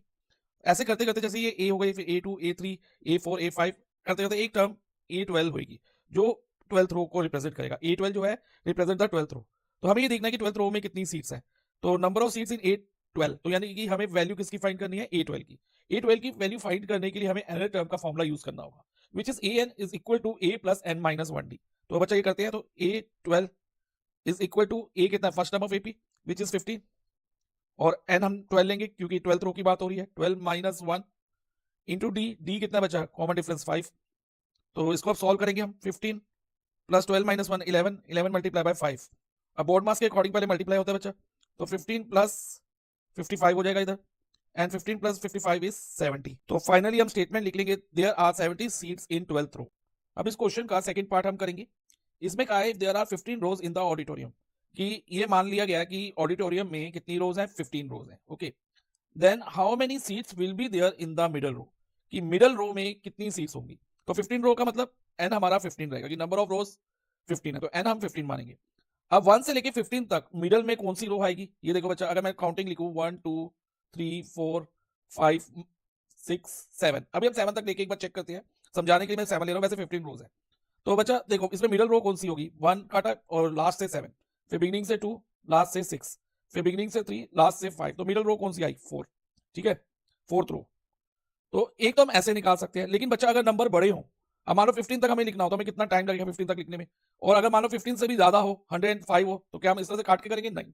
उसके लिए बच्चा एक फॉर्मूला आपको यूज करना होगा, वो फॉर्मूला होगा n+1 अपॉन 2th रो, जो होती है बच्चा वो मिडल रो होती है, ये माइंड में रखना आपने। ओके, मिडल रो कौन सी होती है, n+1 अपॉन 2th रो, और वो कब, जब n ओड नंबर हो, और जब n इवन हो ना, तो फॉर्मूला थोड़ा चेंज हो जाता है। जैसे इस क्वेश्चन में तो हमें n ओड दिया है, हो सकता है कि n इवन दे दे, 15 की जगह 16 रोज दे दे, तो क्या करेंगे, तब हमारा फॉर्मूला रहेगा n/2th row and n/2 + 1th रो। तो अब जब भी नंबर ऑफ रोज इवन होगी दी रही होगी, तो और मिडल मोस्ट में 2 रोज बचेंगी। फॉर एग्जांपल मैं इसी में ले लेता हूं, मान लो ये 7 की बजाय 8 है, अब आगे से एक रो हटा दो, पीछे से एक, फिर आगे से सेकंड रो, लास्ट से 7, फिर थर्ड रो और फिर 6th रो। अब देखो मिडल में कितनी बच गई, 2 रो। तो हम ऐसे भी देख सकते हैं, लेकिन बिग नंबर के केस में हमें फॉर्मूला ही यूज करना होगा, तो इसलिए आपको ये 2 फॉर्मूले मिडल रो के लिए लर्न रखने हैं। ओके, तो आपका एक कॉन्सेप्ट मैंने क्लियर कर दिया है, जब भी मिडल रो का क्वेश्चन आएगा आपको ये फॉर्मूला यूज करना है। ओके, तो अब हम अपने क्वेश्चन पे आते हैं। तो क्योंकि अभी तक n हमारा ऑड नंबर है, n 15 है, यानी कि ऑड है, तो मिडल रो कौन सी रहेगी, मिडल रो रहेगी हमारी, middle row is equal to n+1 upon 2th row, जो होगी वो मिडल रो होगी। ओके, अब n कितना है, 15, 15 + 1 अपॉन 2th रो, 15 + 1 16, 16 अपॉन 2th रो, 16 अपॉन 2 यानी कि 8th रो। 8th रो जो है ना मिडल रो होगी, लेकिन हमें ओनली रोज, मिडल रो तो हमने डिटरमाइन कर ली, लेकिन हमें फाइंड क्या करना था बच्चा, कि how many seats are there in middle row. हमें पता चल गया 8th रो है, अब हम ये देखेंगे कि 8th रो में कितनी सीट्स हैं। तो नंबर ऑफ सीट्स निकालने के लिए हम an का फॉर्मूला यूज करेंगे और n की जगह 8 लिखेंगे।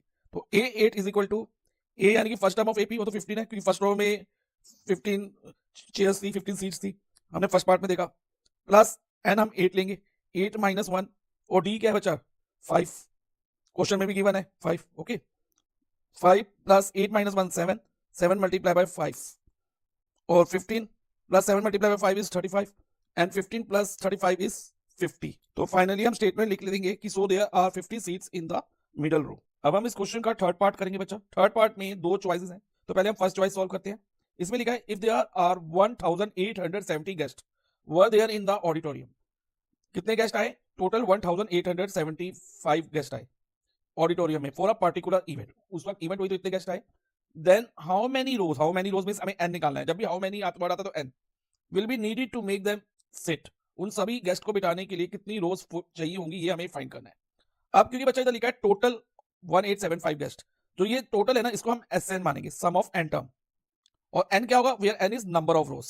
अब SN का फॉर्मूला क्या होता है, SN is equal to n/2 in bracket 2a plus n minus 1d। Okay, तो इस फॉर्मूले को हम यूज करेंगे। तो SN हमें कितना दिया है, 1875, ये हमने लिख दिया। अब SN का फॉर्मूला लगाए, क्योंकि n तो हमें फाइंड करना है, तो n को n लिखेंगे, n/2 और a first term of AP which is 15 plus again n को n ही लिखो बच्चा, n माइनस 1 और d कितना है, 5 है, 5 इज इक्वल टू 1875। ओके, अब जो ये 2 है बच्चा इधर डिवाइड में है, डिवाइजर में है, तो जब ये LHS से RHS में जाएगा तो ये मल्टीप्लाई में चेंज हो जाएगा। तो हम लिखेंगे LHS में पहले n, क्योंकि 2 तो उधर शिफ्ट होगा, तो इधर सिर्फ n रह जाएगा। देन 2 मल्टीप्लाई बाय 15 30 प्लस जो ये 5 है ना बच्चा, n के साथ भी मल्टीप्लाई होगा और माइनस 1 के साथ भी होगा, तो ये बन जाएगा 5n minus 5 is equal to 1875 multiply by 2। Okay, अब देखो बच्चा n ऐसे ही रहेगा, इसमें पहले हम ब्रैकेट के अंदर जो 5n वाली टर्म है ना, इसको हम पहले लिख लेंगे, क्योंकि हम इसको इक्वेशन बनेगी यहाँ पर, तो वो इक्वेशन जो है ना बच्चा स्टैंडर्ड फॉर्म में आनी चाहिए, तो वेरिएबल वाली टर्म पहले होती है किसी भी इक्वेशन में स्टैंडर्ड फॉर्म में लाने के लिए। तो 30 माइनस 5, अब कांस्टेंट टर्म ले लो, 30 माइनस 5 25 होता है, तो इधर प्लस 25 आ जाएगा। ओके बच्चा, और इज इक्वल टू 3750, जब हम 1875 को 2 से मल्टीप्लाई करेंगे। अब नेक्स्ट जो ये n ब्रैकेट के बाहर है ना, तो अंदर वाली दोनों टर्म से मल्टीप्लाई होगा।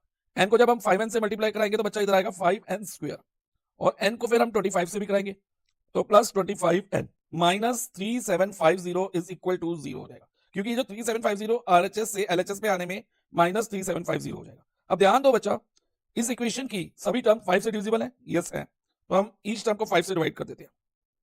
Okay, like this. अब 5 और 5 कटेगा तो n स्क्वायर आएगा, और 25 को 5 से काटेंगे इधर 5 आएगा, 5n, और जब इस 5 को इससे कट करेंगे, 3750 को जब 5 से कट करेंगे तो हमारे पास आएगा माइनस 750 इज इक्वल टू 0। अब हमारे पास ये क्वाड्रेटिक इक्वेशन आ गई। अब इस क्वाड्रेटिक इक्वेशन को हम मिडिल टर्म स्प्लिटिंग से सॉल्व करेंगे। कैसे करेंगे, ध्यान से समझना बच्चा। इसमें बच्चा जो सम है ना, मिडिल टर्म में n का कोफिशिएंट होगा, क्योंकि मिडिल टर्म स्प्लिटिंग में हम सम ऑफ प्रोडक्ट लेते हैं, सम एंड प्रोडक्ट। ओके, और प्रोडक्ट क्या रहेगा, माइनस 750। अब ध्यान दो बच्चा, इधर सम हमारा पॉजिटिव है और प्रोडक्ट क्या नेगेटिव है, तो जब भी प्रोडक्ट नेगेटिव होता है ना, तो वन ऑफ द नंबर हमारा नेगेटिव होता है और अदर नंबर हमारा पॉजिटिव होता है। एक नंबर नेगेटिव, दूसरा पॉजिटिव, और क्योंकि सम पॉजिटिव है तो बड़ा वाला नंबर हमारा पॉजिटिव रहेगा। अब ऐसे कौन से दो नंबर होंगे जिनका सम 5 हो और प्रोडक्ट माइनस 750 हो, तो इसके लिए बच्चा 750 को हम फैक्टराइज करके देखेंगे। जैसे 755 से जाता है पहले, तो इधर 150 आ जाएगा, 150 डिवाइडेड बाय 5 30, 30 को 5 से करेंगे 6, 6 3 से जाएगा 2 और इधर 2। अब हम रैंडमली नंबर लेके देखते हैं बच्चा, पहले हम लास्ट 3 नंबर ले लेते हैं, 5 3 दा 15, 15 2 दा 30, और बाकी जो ये दो बच गए 25। ठीक है, तो अब क्योंकि हमने माइनस 750 करना है तो one of the number negative रहना चाहिए, और क्योंकि सम पॉजिटिव है तो बड़ा वाला नंबर पॉजिटिव और छोटा वाला नेगेटिव, तो माइनस हम किसके साथ देंगे, 25 के साथ, तो माइनस 25 इंटू 30, माइनस 750 तो कंफर्म है वो बनेगा ही बनेगा। लेकिन क्या ये सम बन पाएगा, चेक करते हैं। यह सम भी बन पा रहा है, क्योंकि minus 25 plus 30 minus plus minus 30 minus 25 plus 5 होता है, तो सम भी हमारा बन रहा है। तो हमारी मिडिल टर्म में यही दो नंबर रहेंगे। लेकिन कई बार बच्चा हो सकता है कि ये नंबर ना आए, तो आपको फिर डिफरेंट कॉम्बिनेशन ट्राई करने होंगे। आप ये भी कर सकते हो, जैसे 3 5 और 2 2, 3 और 2 अलग से लेके देखो, तो डिफरेंट कॉम्बिनेशन होंगे, आपको रैंडमली जाके एक पेयर मिल ही जाएगा ऐसा नंबर जो इसको सेटिस्फाई करेगा। ओके, तो अब हमारी मिडिल टर्म स्प्लिटिंग क्या होगी, माइनस 25 प्लस 30 में। अब अगर मिडिल टर्म स्प्लिटिंग करें तो कैसे लिखेंगे बच्चा, n square as it is आएगा। अब 5n को हमने स्प्लिट करना कि 5n मिडिल टर्म है, तो उसको किस में स्प्लिट करेंगे, माइनस 25n प्लस 30n करके, तो इससे हमारी मिडिल टर्म स्प्लिटिंग हो गई, और माइनस 750 एज इट इज आ जाएगा, इज इक्वल टू 0। अब ध्यान दो बच्चा, फर्स्ट टू टर्म में क्या कॉमन है, ओनली n कॉमन है, तो हम n कॉमन ले लेते हैं, और ब्रैकेट में क्या रहेगा, n माइनस 25, और लास्ट टू टर्म में क्या कॉमन है, वेरिएबल में तो कुछ कॉमन नहीं दिख रहा, यानी कि n में, लेकिन बच्चा इसमें हमारे पास 30 कॉमन आ जाएगा नंबर्स में, तो यहाँ लिखेंगे 30 और ब्रैकेट में रहेगा n माइनस 25, क्योंकि 30 multiply 25 is minus 750 is equal to 0। अब नेक्स्ट देखो बच्चा, इसमें और इसमें जो मैंने अंडरलाइन करी है टर्म्स, इनमें n माइनस 25 दोनों में है, तो n माइनस 25 हम कॉमन ले लेंगे, और ब्रैकेट में क्या रहेगा, n plus 30 is equal to 0। अब n minus 25 is equal to 0 डालेंगे, एंड n प्लस 30 को भी इक्वल टू 0 डालेंगे। तो अगर माइनस 25 को 0 के साथ शिफ्ट करें तो n हमारा एक तो 25 आएगा, और दूसरी तरफ n हमारा जब प्लस 30 को 0 के साथ शिफ्ट करेंगे तो माइनस 30 आएगा। हम नेगेटिव वाली वैल्यू को निगलेक्ट करेंगे, वाई, बिकॉज n कभी भी बचा नेगेटिव नहीं हो सकता, नंबर ऑफ टर्म्स कभी नेगेटिव नहीं होगी, number of terms is always positive. तो नंबर ऑफ रोज रिक्वायर्ड कितनी होंगी बच्चा 25। तो फाइनली हम लिख देंगे number of rows required is equal to 25। अब नेक्स्ट हम थर्ड पार्ट की सेकंड चॉइस सॉल्व करेंगे।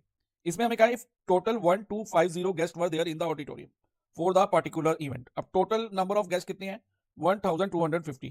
ठीक है, तो जैसे कि फर्स्ट चॉइस में भी ऐसा ही कुछ दिया था, तो उसमें हमने इसको सम माना था, जब भी टोटल होता है तो बच्चा सम होता है, तो सम ऑफ एन टर्म हमारा 1250 है। ठीक है, इसमें क्वेश्चन में फाइंड क्या करना है, then how many rows will be left blank, कितनी रो ब्लैंक रह जाएंगी अगर हम ये मान लें कि ऑडिटोरियम में 30 रोज हैं।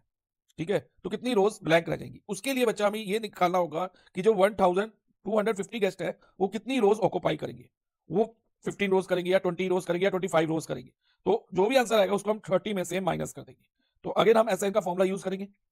तो एसएन का फॉर्मूला में एन तो एन ही रहेगा, एन हमें फाइंड करना है, N upon 2, then 2 into A first term of AP 2 multiply by 15 plus N minus 1 into D 5 है इज इक्वल टू 1250।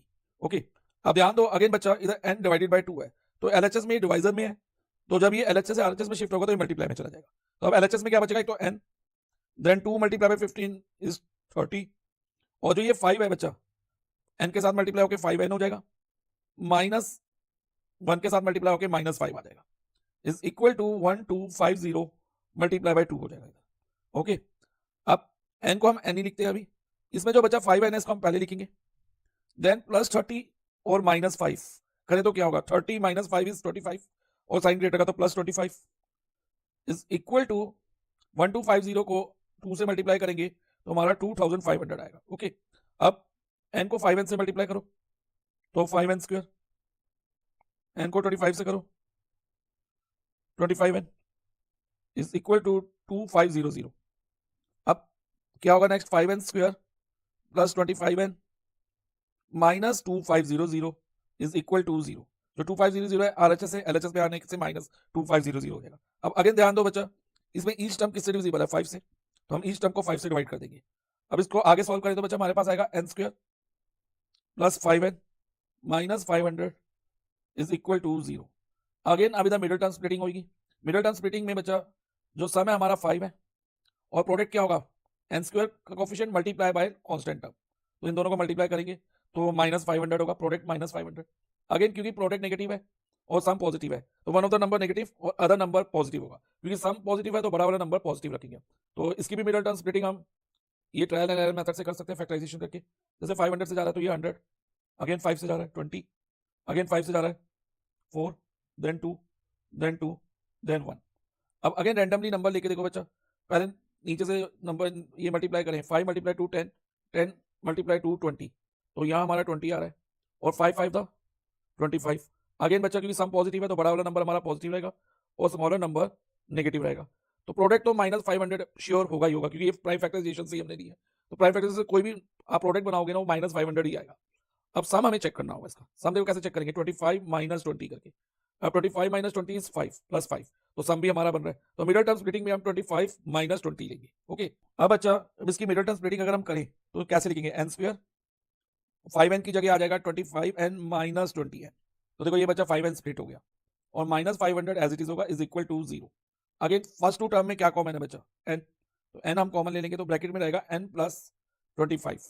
ओके, और इधर से क्या कॉमन है बच्चा माइनस 20, तो माइनस 20 अगर हम कॉमन लेते हैं तो ब्रैकेट में बचता है n, और क्योंकि ब्रैकेट के बाद माइनस का साइन है, चाहे हम ब्रैकेट क्लोज करें या ओपन करें और ब्रैकेट के बाद माइनस का साइन हो तो अंदर के साइन चेंज हो जाते हैं, जैसे अभी माइनस है तो इधर प्लस हो जाएगा और यहाँ पर हमारा 25 आएगा, क्योंकि 20 मल्टीप्लाई 25 इज 500 और इज इक्वल टू इधर 0 हो जाएगा। अब ध्यान दो बच्चा, इस वाली टर्म में और इस वाली टर्म में जो मैंने अंडरलाइन करी है इसमें सेम क्या दिख रहा है n प्लस 25, तो हम n प्लस 25 कॉमन ले लेंगे और सेकंड ब्रैकेट में हमारे पास रहेगा n minus 20 is equal to 0। अब क्या करो बच्चा कि पहले n plus 25 is equal to 0 डालो and n minus 20 is equal to 0 भी हमें लिखना होगा, तो n is equal to minus 25 and n is equal to minus 20 0 के साथ जाके प्लस 20 हो जाएगा। अगेन नेगेटिव वैल्यू को नेग्लेक्ट करेंगे, जैसे कि अभी मैंने आपको समझाया था क्यों करेंगे, ये नंबर ऑफ टर्म कभी भी नेगेटिव नहीं होती, इट्स ऑलवेज पॉजिटिव, तो n हमारा क्या रहेगा 20। अब अच्छा n हमारा 20 आ गया, यानी कि नंबर ऑफ रोज 20 रहेंगी इतने गेस्ट को बिठाने के लिए, 1250 गेस्ट को बिठाने के लिए 20 रोज हमारे लिए इनफ है। लेकिन हमसे क्या पूछा था, हमसे पूछा था कि कितनी रोज ब्लैंक रह जाएंगी लेफ्ट ब्लैंक, और out of how many rows 30 rows, number of rows, total number of rows हमें 30 दिया है, उसमें से बचा 20 रोज तो हमारी ऑक्यूपाई हो गई है। तो ब्लैंक कितनी रही, number of rows left blank is equal to 30 minus 20 that is 10। तो फाइनली हमारा क्वेश्चन नंबर 37 कंप्लीट हो गया। नेक्स्ट हम क्वेश्चन नंबर 36 करेंगे। क्वेश्चन नंबर 36 एक केस स्टडी क्वेश्चन है। इस पे बेस बच्चा 3 पार्ट्स हैं इसके, वन बाय वन हम ईच पार्ट का आंसर करेंगे। अब केस स्टडी क्या है इसे ध्यान से समझना। इसमें लिखा है miss Sheela visited a store near her house. Miss Sheela एक स्टोर में विजिट करती है जो उसके घर के पास है, एंड फाउंड दैट, और वो पाती है कि उसको देखती है कि कुछ ग्लास जार्स हैं are arrange one about the other. कुछ ग्लास जार्स, कुछ इस तरह के ग्लास जार्स हैं, मैं भी एक ग्लास जार ड्रॉ कर रहा हूँ, ऐसे कई सारे ग्लास जार्स हैं, वो अरेंज है एक स्पेसिफिक पैटर्न में। वो पैटर्न क्या है नेक्स्ट लाइन में हमें बताया गया। इसमें लिखा on the top layer there are 3 jars. Top layer यानी कि सबसे ऊपर वाली लेयर में 3 जार्स हैं। कितने जार्स है बच्चा, 3 jars. In the next layer, ये टॉप लेयर होगी 3 जार्स, उसके नीचे वाली लेयर यानी कि नेक्स्ट लेयर में कितने जार्स हैं, 6 जार्स हैं। Okay, and in the third layer from the top, अब टॉप से ही बात कर रहे हैं, जैसे फर्स्ट लेयर हो गई, ये सेकंड लेयर में 6 जार्स, अब थर्ड लेयर में कितने जार्स हैं, 9 जार्स हैं। ओके, ऐसे करते करते टोटल 8 लेयर तक जाते हैं। 9 जार्स के बाद हम देखो बच्चा 3 जार्स बढ़ते जा रहे हैं, तो 12 जार्स होंगे। तो ऐसे टोटल कितनी लेयर्स हैं, 8 लेयर्स। यहां तक 4th लेयर हो गई, 5th layer, 6th layer, 7th layer और 8th लेयर तक है। कितनी लेयर तक है, 8 लेयर। ये अभी आपको माइंड में रखना है, टिल द 8th लेयर। अब केस स्टडी तो हमें ये दिया है, अब केस स्टडी पे बेस्ड जो क्वेश्चन है वन बाय वन सॉल्व करते हैं। देखो बच्चा इसके फर्स्ट पार्ट में हमसे क्या पूछा है, इसमें लिखा है राइट एन एपी। हमें एपी लिखनी है यानी कि अर्थमेटिक प्रोग्रेशन लिखनी है।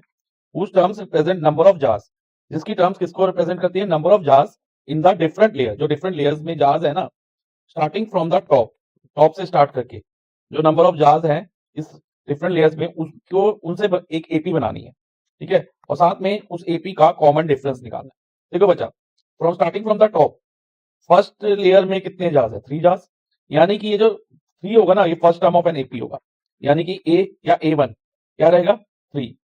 अब सेकंड लेयर में फ्रॉम द टॉप, टॉप से सेकंड लेयर में 6 जार्स है, थर्ड लेयर में 9 है, और फोर्थ लेयर में 12 होंगे। ऐसे 3 जार्स बढ़ते जाएंगे एंड सो ऑन। और टोटल कितनी लेयर्स हैं, तो क्वेश्चन में मेंशन है 8 लेयर्स हैं। कितनी लेयर्स है बच्चा, 8 लेयर्स। ठीक है, तो 8 लेयर्स हैं, तो 8 लेयर्स तक ये जार्स अरेंज हो रखे हैं। तो ये एपी तो फॉर्म हो गई। अब नेक्स्ट हमें इसका कॉमन डिफरेंस निकालना है। कॉमन डिफरेंस कैसे निकालते हैं बच्चा, दो कॉन्सेक्यूटिव टर्म्स, कॉन्सेक्यूटिव टर्म्स जो टर्म्स एक के बाद एक आती है कोई भी हो, उनको माइनस कर दो। और ये ध्यान रखना, नेक्स्ट टर्म में से प्रीवियस टर्म माइनस करनी है, यानी कि अगली वाली टर्म में से पीछे वाली टर्म माइनस करनी है। जैसे कि ये ए है, फर्स्ट टर्म को हम ए लेते हैं, सेकंड टर्म A2, A3 है, ये A4 है, और ऐसे A8 तक है। तो हमें जब कॉमन डिफरेंस लेना होगा ना, या तो A3 माइनस A2 कर सकते हैं, या A4 माइनस A3 कर सकते हैं, या A2 माइनस A1 भी कर सकते हैं। A1 या A एक ही बात है, लेकिन ये ध्यान रखना कि A2 माइनस A3 मत करना। हमेशा आगे वाली टर्म में से प्रीवियस टर्म, पीछे वाली टर्म माइनस करनी है। तो हम A3 माइनस A2 से ले लेते हैं डी। तो डी A3 कितना बचा, 9, और A2 6 है। आप कोई भी कंसेक्यूटिव टर्म के से कॉमन डिफरेंस ले सकते हो, लगातार वाली दो टर्म्स के बीच में। 9 माइनस 6 3, तो 3 इसका कॉमन डिफरेंस हो गया। अब आगे पढ़ते हैं सेकंड पार्ट इस क्वेश्चन का। इसमें लिखा है is it possible to arrange 34 jars. क्या ये पॉसिबल है कि किसी लेयर में 34 जार्स आ जाए if this pattern is continued. अगर इस पैटर्न को हम आगे भी कंटिन्यू करें, इवन 8 लेयर के बाद भी कंटिन्यू करके देखें, तो क्या ऐसी कोई लेयर आएगी जिसमें 34 जार्स अरेंज हो सके। ठीक है, और जस्टिफाई योर आंसर, और हमें आंसर को जस्टिफाई करना है, यानी कि अपने आंसर का रीजन भी देना है। तो बच्चा 34 जार्स किसी भी लेयर में हो सकते हैं, यानी कि nth लेयर में हम मान लेते हैं कि 34 जार्स हैं। अभी कंफर्म नहीं है कि इस लेयर में आएंगे ही आएंगे। ठीक है, तो वो कितने जार्स कह रहे हैं, 34 जार्स। ये पॉसिबल है या नहीं, अभी मैंने ये लिख दिया, इसको मैं क्रॉस करूंगा या टिक करूंगा, ये भी बाद में पता चलेगा। ठीक है, तो ये जो है ना 34 nth टर्म है, यानी कि an वाली टर्म है, an है ये। an को हम किसके इक्वल लिखेंगे, 34 के इक्वल, क्योंकि ये nth टर्म है। जैसे ये A1 3 थी, A2 6 थी, तो ऐसा करते करते nth टर्म यानी कि an हमारा 34 है। अब हम an का फॉर्मूला लगाएंगे और n फाइंड करेंगे, और n फाइंड करने के बाद अगर n पॉजिटिव इंटीजर आता है, यानी कि नेचुरल नंबर में आ जाता है, 1 2 3 4 5 6, कोई ऐसा नंबर आता है, तो हम कहेंगे कि 34 जार्स पॉसिबल है। अगर नेचुरल नंबर नहीं आता या पॉजिटिव इंटीजर नहीं आता, तो हम कहेंगे 34 जार्स आर नॉट पॉसिबल। तो हम करके देखते हैं बच्चा। nth टर्म यानी कि an का फॉर्मूला क्या होता है, a plus n minus 1d। ये फॉर्मूला आपको याद होना चाहिए, इज इक्वल टू 34। सो बच्चा फर्स्ट टर्म ऑफ AP यानी कि a क्या है, 3 है, तो इधर हम 3 लिख देंगे, प्लस इधर n माइनस 1 में n को हम n ही रहने देंगे, क्योंकि n हमें फाइंड करके देखना है, और minus 1 multiply by d। d क्या है, कॉमन डिफरेंस, वो हमने क्या फाइंड किया बच्चा, 3 फाइंड किया, तो यहाँ पर 3 आएगा, और इज इक्वल टू क्या लिख देंगे, 34। अब नेक्स्ट हम इस इक्वेशन को n के लिए सॉल्व करेंगे। तो सबसे पहले बच्चा जो ये 3 है ना, इसको आप 34 के साथ शिफ्ट कर दो। तो क्या इक्वेशन रह जाएगी, n minus 1 multiply by 3 is equal to 34 minus 3। Okay, क्योंकि बच्चा जो ये प्लस 3 है, एलएचएस से आरएचएस में जाने पे माइनस 3 हो जाएगा, तो यहाँ 34 माइनस 3 हो गया। अब नेक्स्ट इक्वेशन हमारी क्या आई, n minus 1 multiply by 3 is equal to 34 minus 3 is 31। अब n माइनस 1 को हम यही लिखेंगे, और जो ये मल्टीप्लाई बाय 3 है ना, ये एलएचएस से आरएचएस में जाने पे डिवाइजर में चला जाएगा, यानी कि 31 अपॉन 3 हो जाएगा। तो n minus 1 is equal to 31 upon 3 हो गया। अब n की वैल्यू क्या होगी बच्चा, जो ये माइनस 1 है ना, इसको हम 31 अपॉन 3 के साथ शिफ्ट कर देंगे। तो 31 अपॉन 3, इधर माइनस 1 आरएचएस में जाने पे ये प्लस 1 हो जाएगा। सो n की वैल्यू अब हम फाइंड करेंगे, 3 और 1 का एलसीएम 3 हो गया। ओके, अब देखो बच्चा 3 के टेबल में 3 1 पे आता है, तो हम 31 मल्टीप्लाई बाय 1 यानी कि 31 हो जाएगा, इधर 31 आ जाएगा। और 1 के टेबल में 3 कितने पे आता है, 3 पे, तो हम न्यूमरेटर में जो 1 है उसको भी 3 से मल्टीप्लाई कर देंगे, तो 31 प्लस 3 हो जाएगा। तो n is equal to 34 upon 3। क्या हमारा n पॉजिटिव इंटीजर आया, यहाँ पे नेचुरल नंबर आया, नो। ठीक है, तो बच्चा हम स्टेटमेंट लिखेंगे, since n is not a natural number therefore it is not possible to arrange 34 jars in any layer. तो किसी भी लेयर में बच्चा 34 जार्स पॉसिबल नहीं है, क्योंकि जो नंबर ऑफ टर्म्स है कभी भी फ्रैक्शन या नेगेटिव नहीं हो सकती। ओके, तो इस तरह से बच्चा हमने सेकंड पार्ट इसका कंप्लीट कर लिया है। नेक्स्ट हम क्वेश्चन नंबर 36 का थर्ड पार्ट सॉल्व करेंगे। थर्ड पार्ट में हमारे पास 2 चॉइसेस हैं, पहले हम चॉइस ए सॉल्व करेंगे, देन चॉइस बी। तो चॉइस ए रीड करते हैं बच्चा, इसमें लिखा है there are n number of rows. अब इधर n नंबर ऑफ रोज हो, यानी कि हमें n की कोई स्पेसिफिक वैल्यू ना पता हो, जैसे n2 है, 3 है या 8 है, हम ये मान के चल रहे हैं कि there are n number of rows है, कि n को हम n ही मान के चलते हैं एक तरह से इन अ लेयर, किसी लेयर में। और हमें क्या फाइंड करना है, फाइंड द एक्सप्रेशन, वो एक्सप्रेशन फाइंड करना है। एक्सप्रेशन जो होता है ना बच्चा, वेरिएबल की फॉर्म में ही होता है, लाइक n की फॉर्म में आएगा। For finding the total number of jars, जो किसको रिप्रेजेंट करेगा, इस total number of jars, total पे फोकस करना। टोटल मींस इन सब जितने भी जार्स है, जैसे फर्स्ट लेयर में, टॉप लेयर में 3 जार्स, सेकंड लेयर में 6, थर्ड लेयर में 9, इनको सबको प्लस करके n लेयर तक कितने जार्स है, यानी कि 3 प्लस 6 प्लस 9 प्लस आगे करते जाएं सभी लेयर्स के जार्स को n लेयर्स तक, तो उसमें कितने जार्स होंगे वो उसको रिप्रेजेंट करते हुए हमें एक एक्सप्रेशन लिखना है। ओके, और उसके एक्सप्रेशन को यूज करते हुए आगे लिखना है हेंस फाइंड S8। S8 यानी कि sum of first 8 term of AP निकालनी है। तो बच्चा एक तो ये हो सकता है कि हम सभी एक एक टर्म निकाल लें और उनको ऐड कर लें, लेकिन वो तो बहुत डिफिकल्ट हो जाएगा। तो इसको, इस समस्या को हल करने के लिए, इस प्रॉब्लम को हल करने के लिए AP में एक फॉर्मूला है सम ऑफ n टर्म का, वो तो Sn is equal to n upon 2 in bracket 2a plus n minus 1d। ये फॉर्मूला आपको याद रखना होगा। ओके, तो हमें पहले क्या निकालना है, total number of jars in n number of रोज, यानी कि n को तो n ही रखेंगे पहले, जैसे देखो Sn में n को n रखा, n अपॉन 2 में भी n की जगह n ही जाएगा। 2a क्या बचा, first term of AP which is 3, 2 multiply bye 3 plus again n minus 1 में भी n को n ही रखेंगे, क्योंकि हमें n की टर्म में आंसर निकालना है, माइनस 1 मल्टीप्लाई बाय d, और d हमने क्या फाइंड किया था, देखो बच्चा कॉमन डिफरेंस 3 फाइंड किया था, तो d की जगह हम 3 ले लेंगे, फाइन। और इसको अब हम सॉल्व करेंगे, हमारा आंसर जो है n की टर्म में ही रहेगा, ये ध्यान रखना। तो n अपॉन 2, अब 2 मल्टीप्लाई बाय 3 क्या होगा बच्चा, 6 प्लस, और जो ये 3 है ना बच्चा, इस n के साथ भी मल्टीप्लाई होगा और 1 के साथ भी, तो ये हो जाएगा प्लस 3n माइनस 3। ओके, अब is equal to n upon 2, और ये 6 और ये माइनस 3 लाइक टर्म्स है, 6 माइनस 3 क्या होगा बच्चा, 3 होगा, 3 प्लस 3n।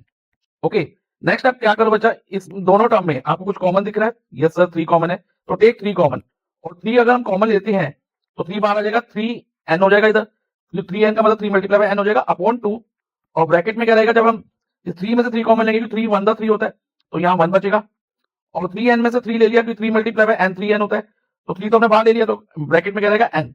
तो हमारा आंसर हो गया कि नंबर ऑफ टर्म्स अगर n ना हो, ठीक है, तो टोटल नंबर ऑफ जार्स क्या होंगे, वो इस एक्सप्रेशन से रिप्रेजेंट होंगे, 3n/2 इन ब्रैकेट 1 प्लस n।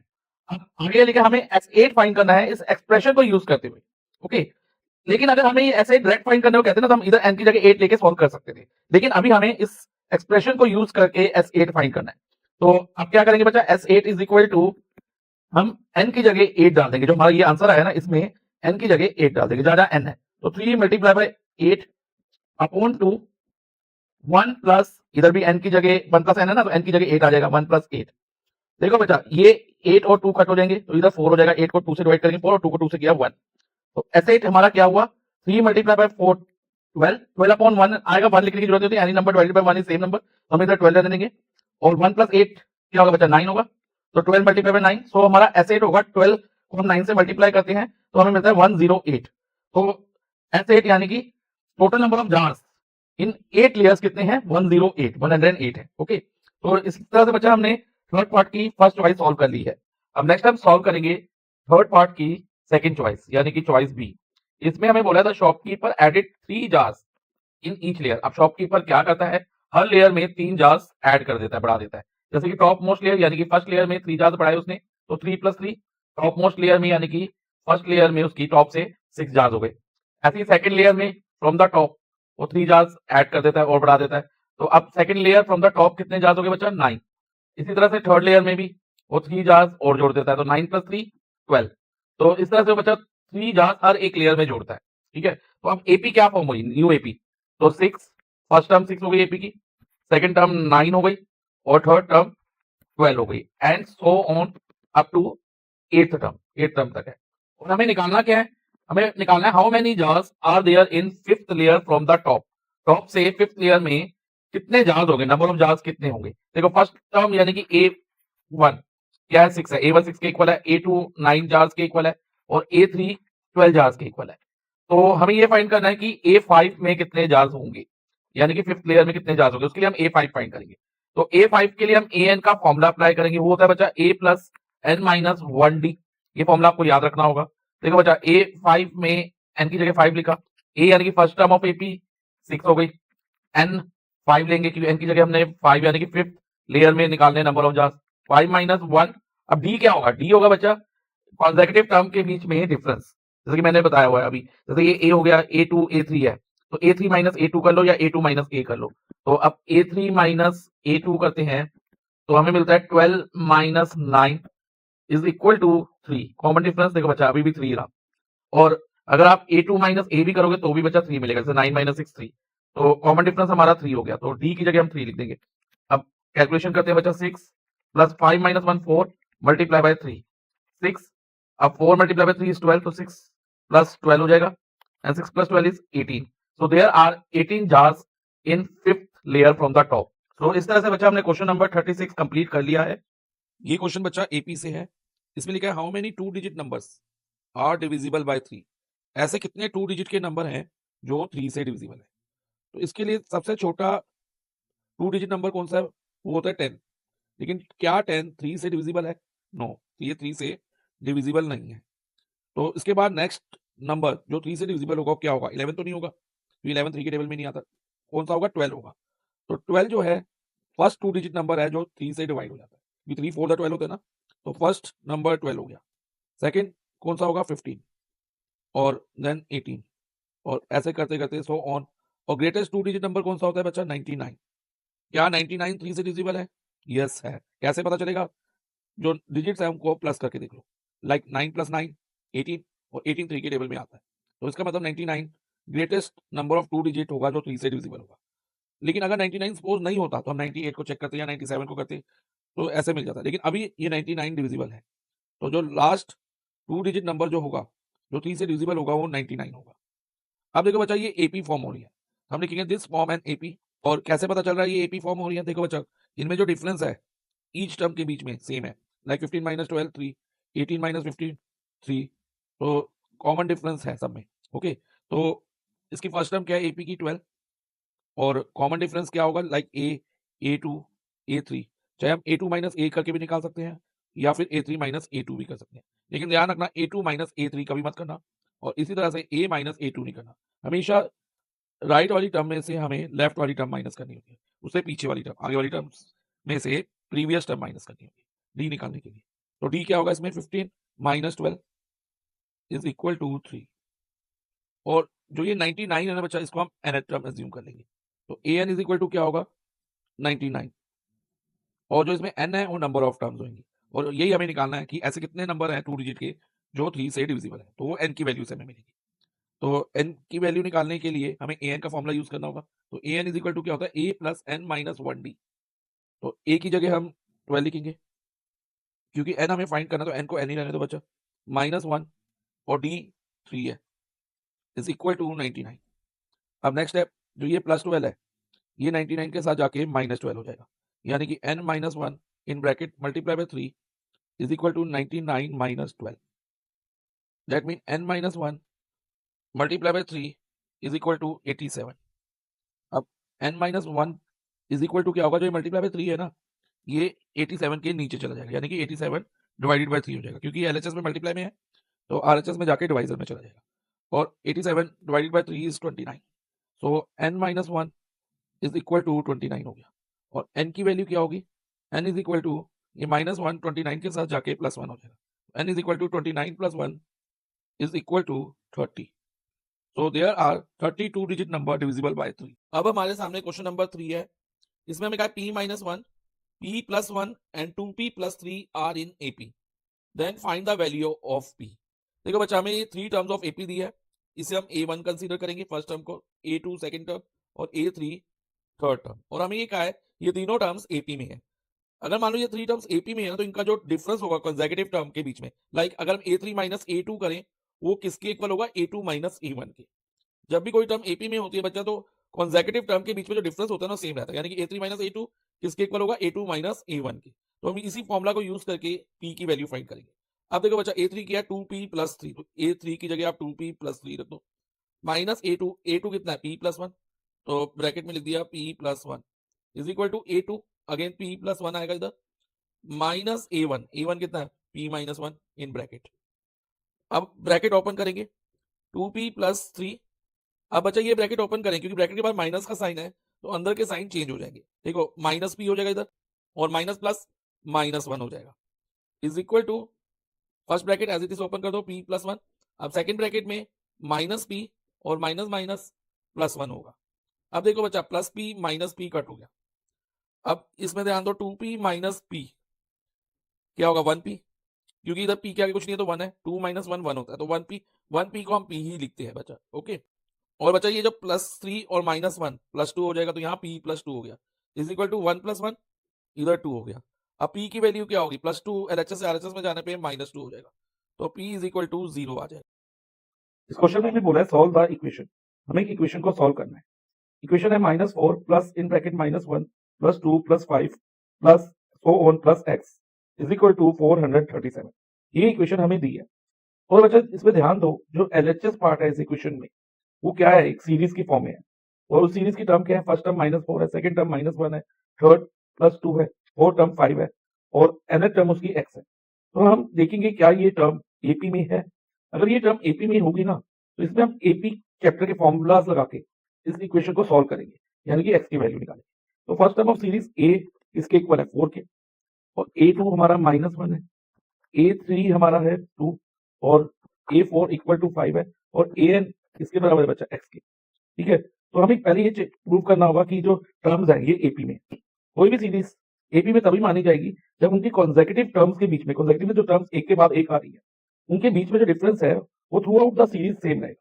लाइक अगर हम A2 - A करें, या फिर A3 - A2 करें, या फिर A4 - A3 करें, लगातार वाली टर्म में जो कंटिन्यूअस आ रही है, कंटिन्यूअस टर्म में आगे वाली टर्म से प्रीवियस टर्म माइनस करें, तो जो आंसर होगा ना वो हर कॉन्सेक्यूटिव टर्म के बीच में सेम होगा, यानी कि डिफरेंस कॉमन होगा। तो पहले हम A2 - A करके देखते हैं। A2 -1 है, तो इधर -1 लिख देते हैं, और क्योंकि माइनस करना तो माइनस का साइन, और A कितना है हमारा -4 इज इक्वल टू -1। अब ये माइनस माइनस +4 हो जाएगा, अब माइनस प्लस माइनस 4 - 1 इज 3, तो A2 - A हमारा 3 आ गया। हम A3 - A2 करके देखते हैं। A3 2 है, और माइनस करना है उसमें से A2 -1 है, तो 2 - -1, तो 2 - +1 हो जाएगा, 2 + 1 इज इक्वल टू 3। अब A4 - A3 करें, A4 हमारा 5 है, और A3 2 है, तो 5 - 2 वो भी क्या आएगा, 3 आएगा। हमेशा ध्यान रखना, आगे वाली टर्म में से प्रीवियस टर्म माइनस करेंगे, ओके, ये आपको माइंड में रखना है। तो देखो बच्चा, डिफरेंस जो है कॉमन हो गया, और ये हमारा क्या है, 3D है, D यानी कि कॉमन डिफरेंस।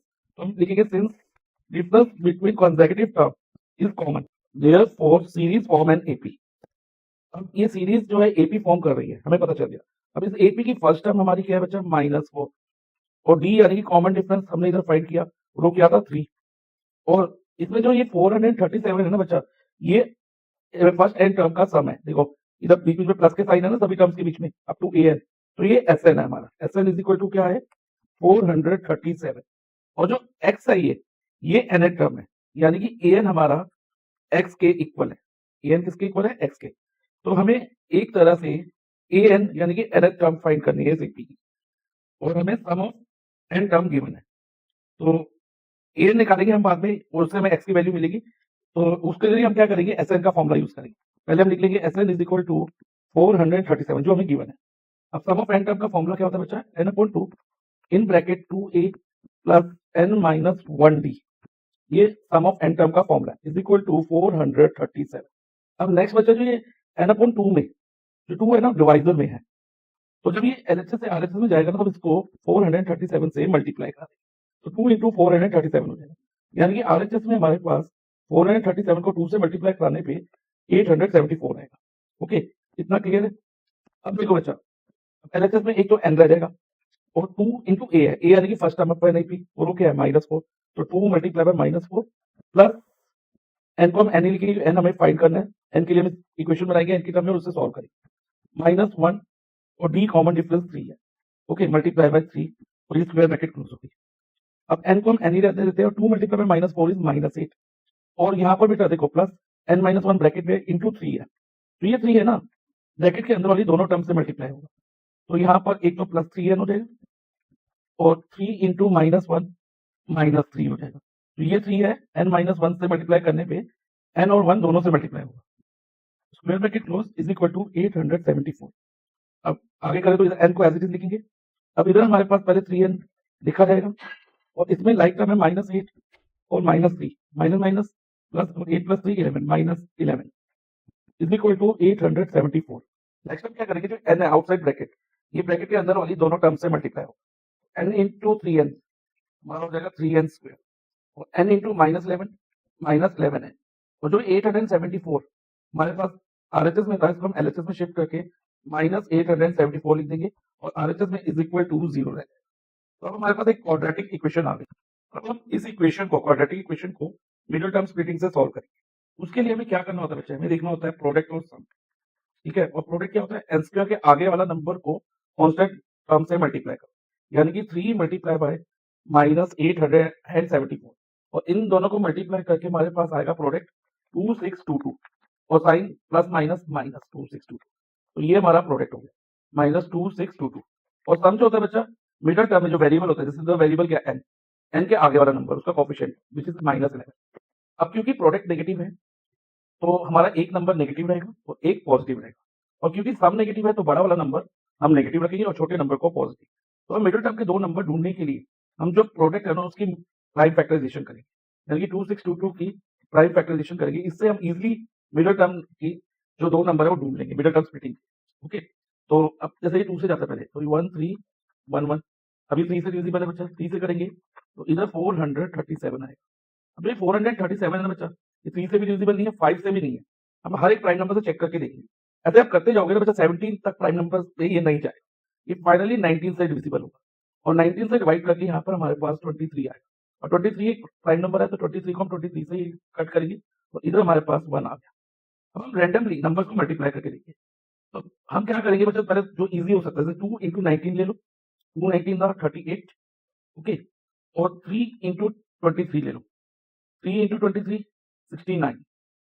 ठीक है, क्या ये हमारा वो लेने पे ये कॉम्बिनेशन बनाने पे नंबर का क्या हमारा सम -11 आ पाएगा? बड़े वाले नंबर के साथ हमने मैंने बताया माइनस रखना है और छोटे नंबर को पॉजिटिव, तो ये नहीं आ पाएगा। अब अगर बच्चा हम 69 में से 38 माइनस करते हैं तो हमारा आंसर होता है -31, तो ये कॉम्बिनेशन हमारा काम नहीं करता। तो हम अब कोई डिफरेंट कॉम्बिनेशन लेके देखते हैं। लाइक पहले हम 2 और 23 को मल्टीप्लाई करा ले तो क्या आएगा बच्चा 46। ठीक है, और 3 इंटू 19 3 इंटू 19 57, क्या इससे काम बनेगा? अब बड़े वाले नंबर को मुझे नेगेटिव रखना है तो प्लस माइनस माइनस 57 माइनस 46 11 -11, तो इससे हमारा काम बन गया। हमारे मिडिल टर्म के जो दो नंबर रहेंगे ना 46 और -57 रहेंगे। तो अब हम मिडिल टर्म स्प्लिटिंग अप करते हैं बच्चा, तो 3n स्क्वायर को एज इट इज लिखेंगे, -11n की जगह जो मिडिल टर्म स्प्लिटिंग वाले नंबर है +46 और -57 लिखा जाएगा, तो +46 है -57n ये लिख दिया हमने और -874 इधर रह गया और इज इक्वल टू 0। अब देखो बच्चा फर्स्ट टू टर्म में हमारे पास नंबर में कुछ भी कॉमन नहीं है और n स्क्वायर और n में ओनली n कॉमन है, ठीक है। तो हम n कॉमन ले लेंगे तो ब्रैकेट में क्या रहेगा, एक तो 3n और प्लस 46, 3n प्लस 46 और इधर से देखो बच्चा ध्यान देना माइनस 57n और माइनस 874 में देखो क्या कॉमन आ सकता है। इसमें वेरिएबल में तो कुछ कॉमन नहीं है, लेकिन 57 और 874 में कॉमन आ सकता है। देखो बच्चा इसके लिए थोड़ा सा ध्यान दो, यहाँ पर इधर हमारे पास 3n आया है, पॉइंटर पे ध्यान दो, तो यहाँ पर भी 3n आना चाहिए। 57 को किससे डिवाइड करेंगे, हमारे पास 3n आ जाए, तो इधर में देखो लिखा था ना 3 इंटू 19 57, तो 19 से डिवाइड करने पे हमारे पास 57 को 19 से डिवाइड करने पे 3 आ, तो इसका मतलब इसमें से 19 कॉमन आ सकता है। तो अगर हम 19 कॉमन लेते हैं ना बच्चा, तो 19 बाहर लिखेंगे ब्रैकेट में माइनस 19 और ब्रैकेट में 57 को 19 से डिवाइड किया तो 3n और बचा इधर जब हम 874 में से 19 बाहर लेंगे ना तो यहाँ पर 46 बचेगा। अब 874 को 19 से डिवाइड करके देख लो और वैसे भी इधर देखो 46 है ना, तो यहाँ पर 46 ही आना चाहिए। और क्योंकि ब्रैकेट के बाद माइनस का साइन आ रहा है, चाहे हम ब्रैकेट क्लोज करें या ओपन करें, अंदर के साइन चेंज हो जाते हैं, तो यहाँ प्लस 46 हो जाएगा, 3n plus 46 is equal to 0। अब नेक्स्ट स्टेप में देखो बच्चा, इधर 3n प्लस 46 और 3n प्लस 46 दोनों ब्रैकेट सेम है, तो ये ब्रैकेट कॉमन ले लो 3n प्लस 46, ओके। और सेकंड ब्रैकेट में क्या रहेगा, n माइनस 19, तो 3n प्लस 46 बाहर आ गया, तो ब्रैकेट में दूसरी ब्रैकेट में n और minus 19, n minus 19 is equal to 0। अब नेक्स्ट बचा 3n plus 46 is equal to 0 लिखेंगे एंड n माइनस 19 को भी इक्वल टू 0 लिखेंगे। अब 3n इज इक्वल टू 0 के साथ 46 शिफ्ट करेंगे तो माइनस 46 हो जाएगा, 3n is equal to minus 46 and n is equal to positive 19 आ गया, n हमारा क्या आया पॉजिटिव 19 और 3n is equal to minus 46। तो n की वैल्यू क्या होगी बच्चा, इधर से माइनस 46 अपॉन में 3, क्योंकि इधर n के साथ 3 मल्टीप्लाई में तो RHS में जाने पे ये डिवाइड में आ जाएगा। तो n की दो वैल्यू हमारे पास आ गई, माइनस 46 अपॉन 3 और पॉजिटिव 19। अब n तो हमारा नेगेटिव तो नहीं हो सकता, तो n is equal to minus 46 upon 3 को हम निग्लेक्ट करेंगे, तो हम लिखेंगे neglecting minus 46 upon 3, n is equal to क्या आ गया 90। n की वैल्यू हमारी 19 आ गई, लेकिन हमें किसकी वैल्यू निकालनी थी, x की, और x किसके इक्वल है an के, x is equal to an। अब x is equal to an का फॉर्मूला क्या होता है बच्चा, a plus n minus 1d, ये एक an का फॉर्मूला होता है। So x is equal to a first term of an AP क्या है बच्चा, माइनस 4 प्लस n अभी हमने फाइंड किया 19 minus 1 into d common difference 3 है, ओके। तो x is equal to minus 4 plus 19 minus 3 18 multiply bye 3। अब 18 मल्टीप्लाई बाय 3 करते हैं तो हमारे पास 54 आता है, तो x is equal to minus 4 plus 54। अब देखो बच्चा माइनस प्लस माइनस 54 माइनस 4 क्या होगा 50, तो x इज इक्वल टू हमारा प्लस 50 आ जाएगा, साइन ग्रेटर का होगा, ये 54 ग्रेटर है, ग्रेटर नंबर का साइन लगाते हैं, तो x इज इक्वल टू हमारा फाइनली 50 आ गया। तो इस तरह से ये इक्वेशन हमारी सॉल्व हो गई। ये क्वेश्चन बचा एपी से है, इसमें लिखा है which term of the AP 3, 15, 27, 39 will be 120 more than it's 21st term. हमें एक एपी गिवन है जिसमें ए हमारा यानी कि फर्स्ट टर्म 3 दे रखी है और डी यानी कि कॉमन डिफरेंस क्या होगा, कॉमन डिफरेंस होता है बच्चा कॉन्जेक्यूटिव टर्म के बीच में डिफरेंस, जैसे first term a, second term A2, third term A3, fourth term A4, चाहे हम A3 माइनस A2 करें या A4 माइनस A3 करें या A2 माइनस A1, A1 को हम A भी लिख सकते हैं तो A2 माइनस A करें, तो सब में जो डिफरेंस है सेम है। तो डी निकालने के लिए बच्चा हम आगे वाली टर्म से प्रीवियस टर्म माइनस करेंगे, लाइक हम A4 माइनस A3 कर सकते हैं या A3 माइनस A2 कर सकते हैं, A2 माइनस A भी कर सकते हैं। तो सपोज अगर मैं A2 माइनस A करूँ यानी कि 15 माइनस 3, तो कॉमन डिफरेंस क्या हो जाएगा 12 हो जाएगा, ओके। अब हमें वो टर्म फाइंड करनी है जो 21st टर्म से 120 मोर है।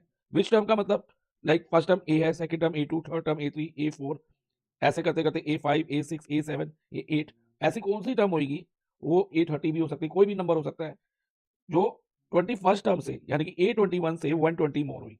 तो हम ये मान लेते हैं कि nth term of the given AP, nth term of given AP is 120 more than is 21st term. तो an जो होगा वो क्या होगा बच्चा, अकॉर्डिंग टू क्वेश्चन A21 से 120 मोर, an nth टर्म है, मतलब कि हमने एज्यूम करी है an दिया है, is equal to A21 plus 120 करेंगे और इधर से n की वैल्यू निकालेंगे।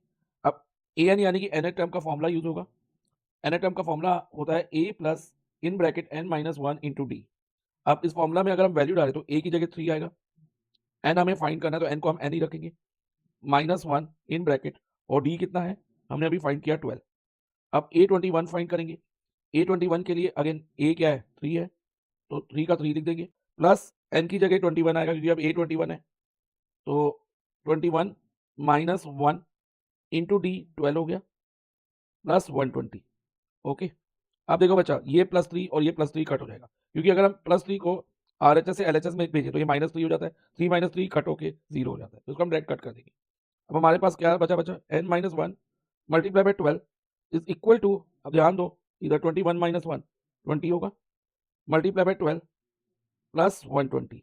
ओके, अब n minus 1 multiply by 12 is equal to 240, क्योंकि 20 मल्टीप्लाई 12 240 होगा, बोर्ड मास हम लगाएंगे, मल्टीप्लिकेशन पहले होगी एडिशन से, तो ये 240 हो जाएगा, 240 प्लस 120।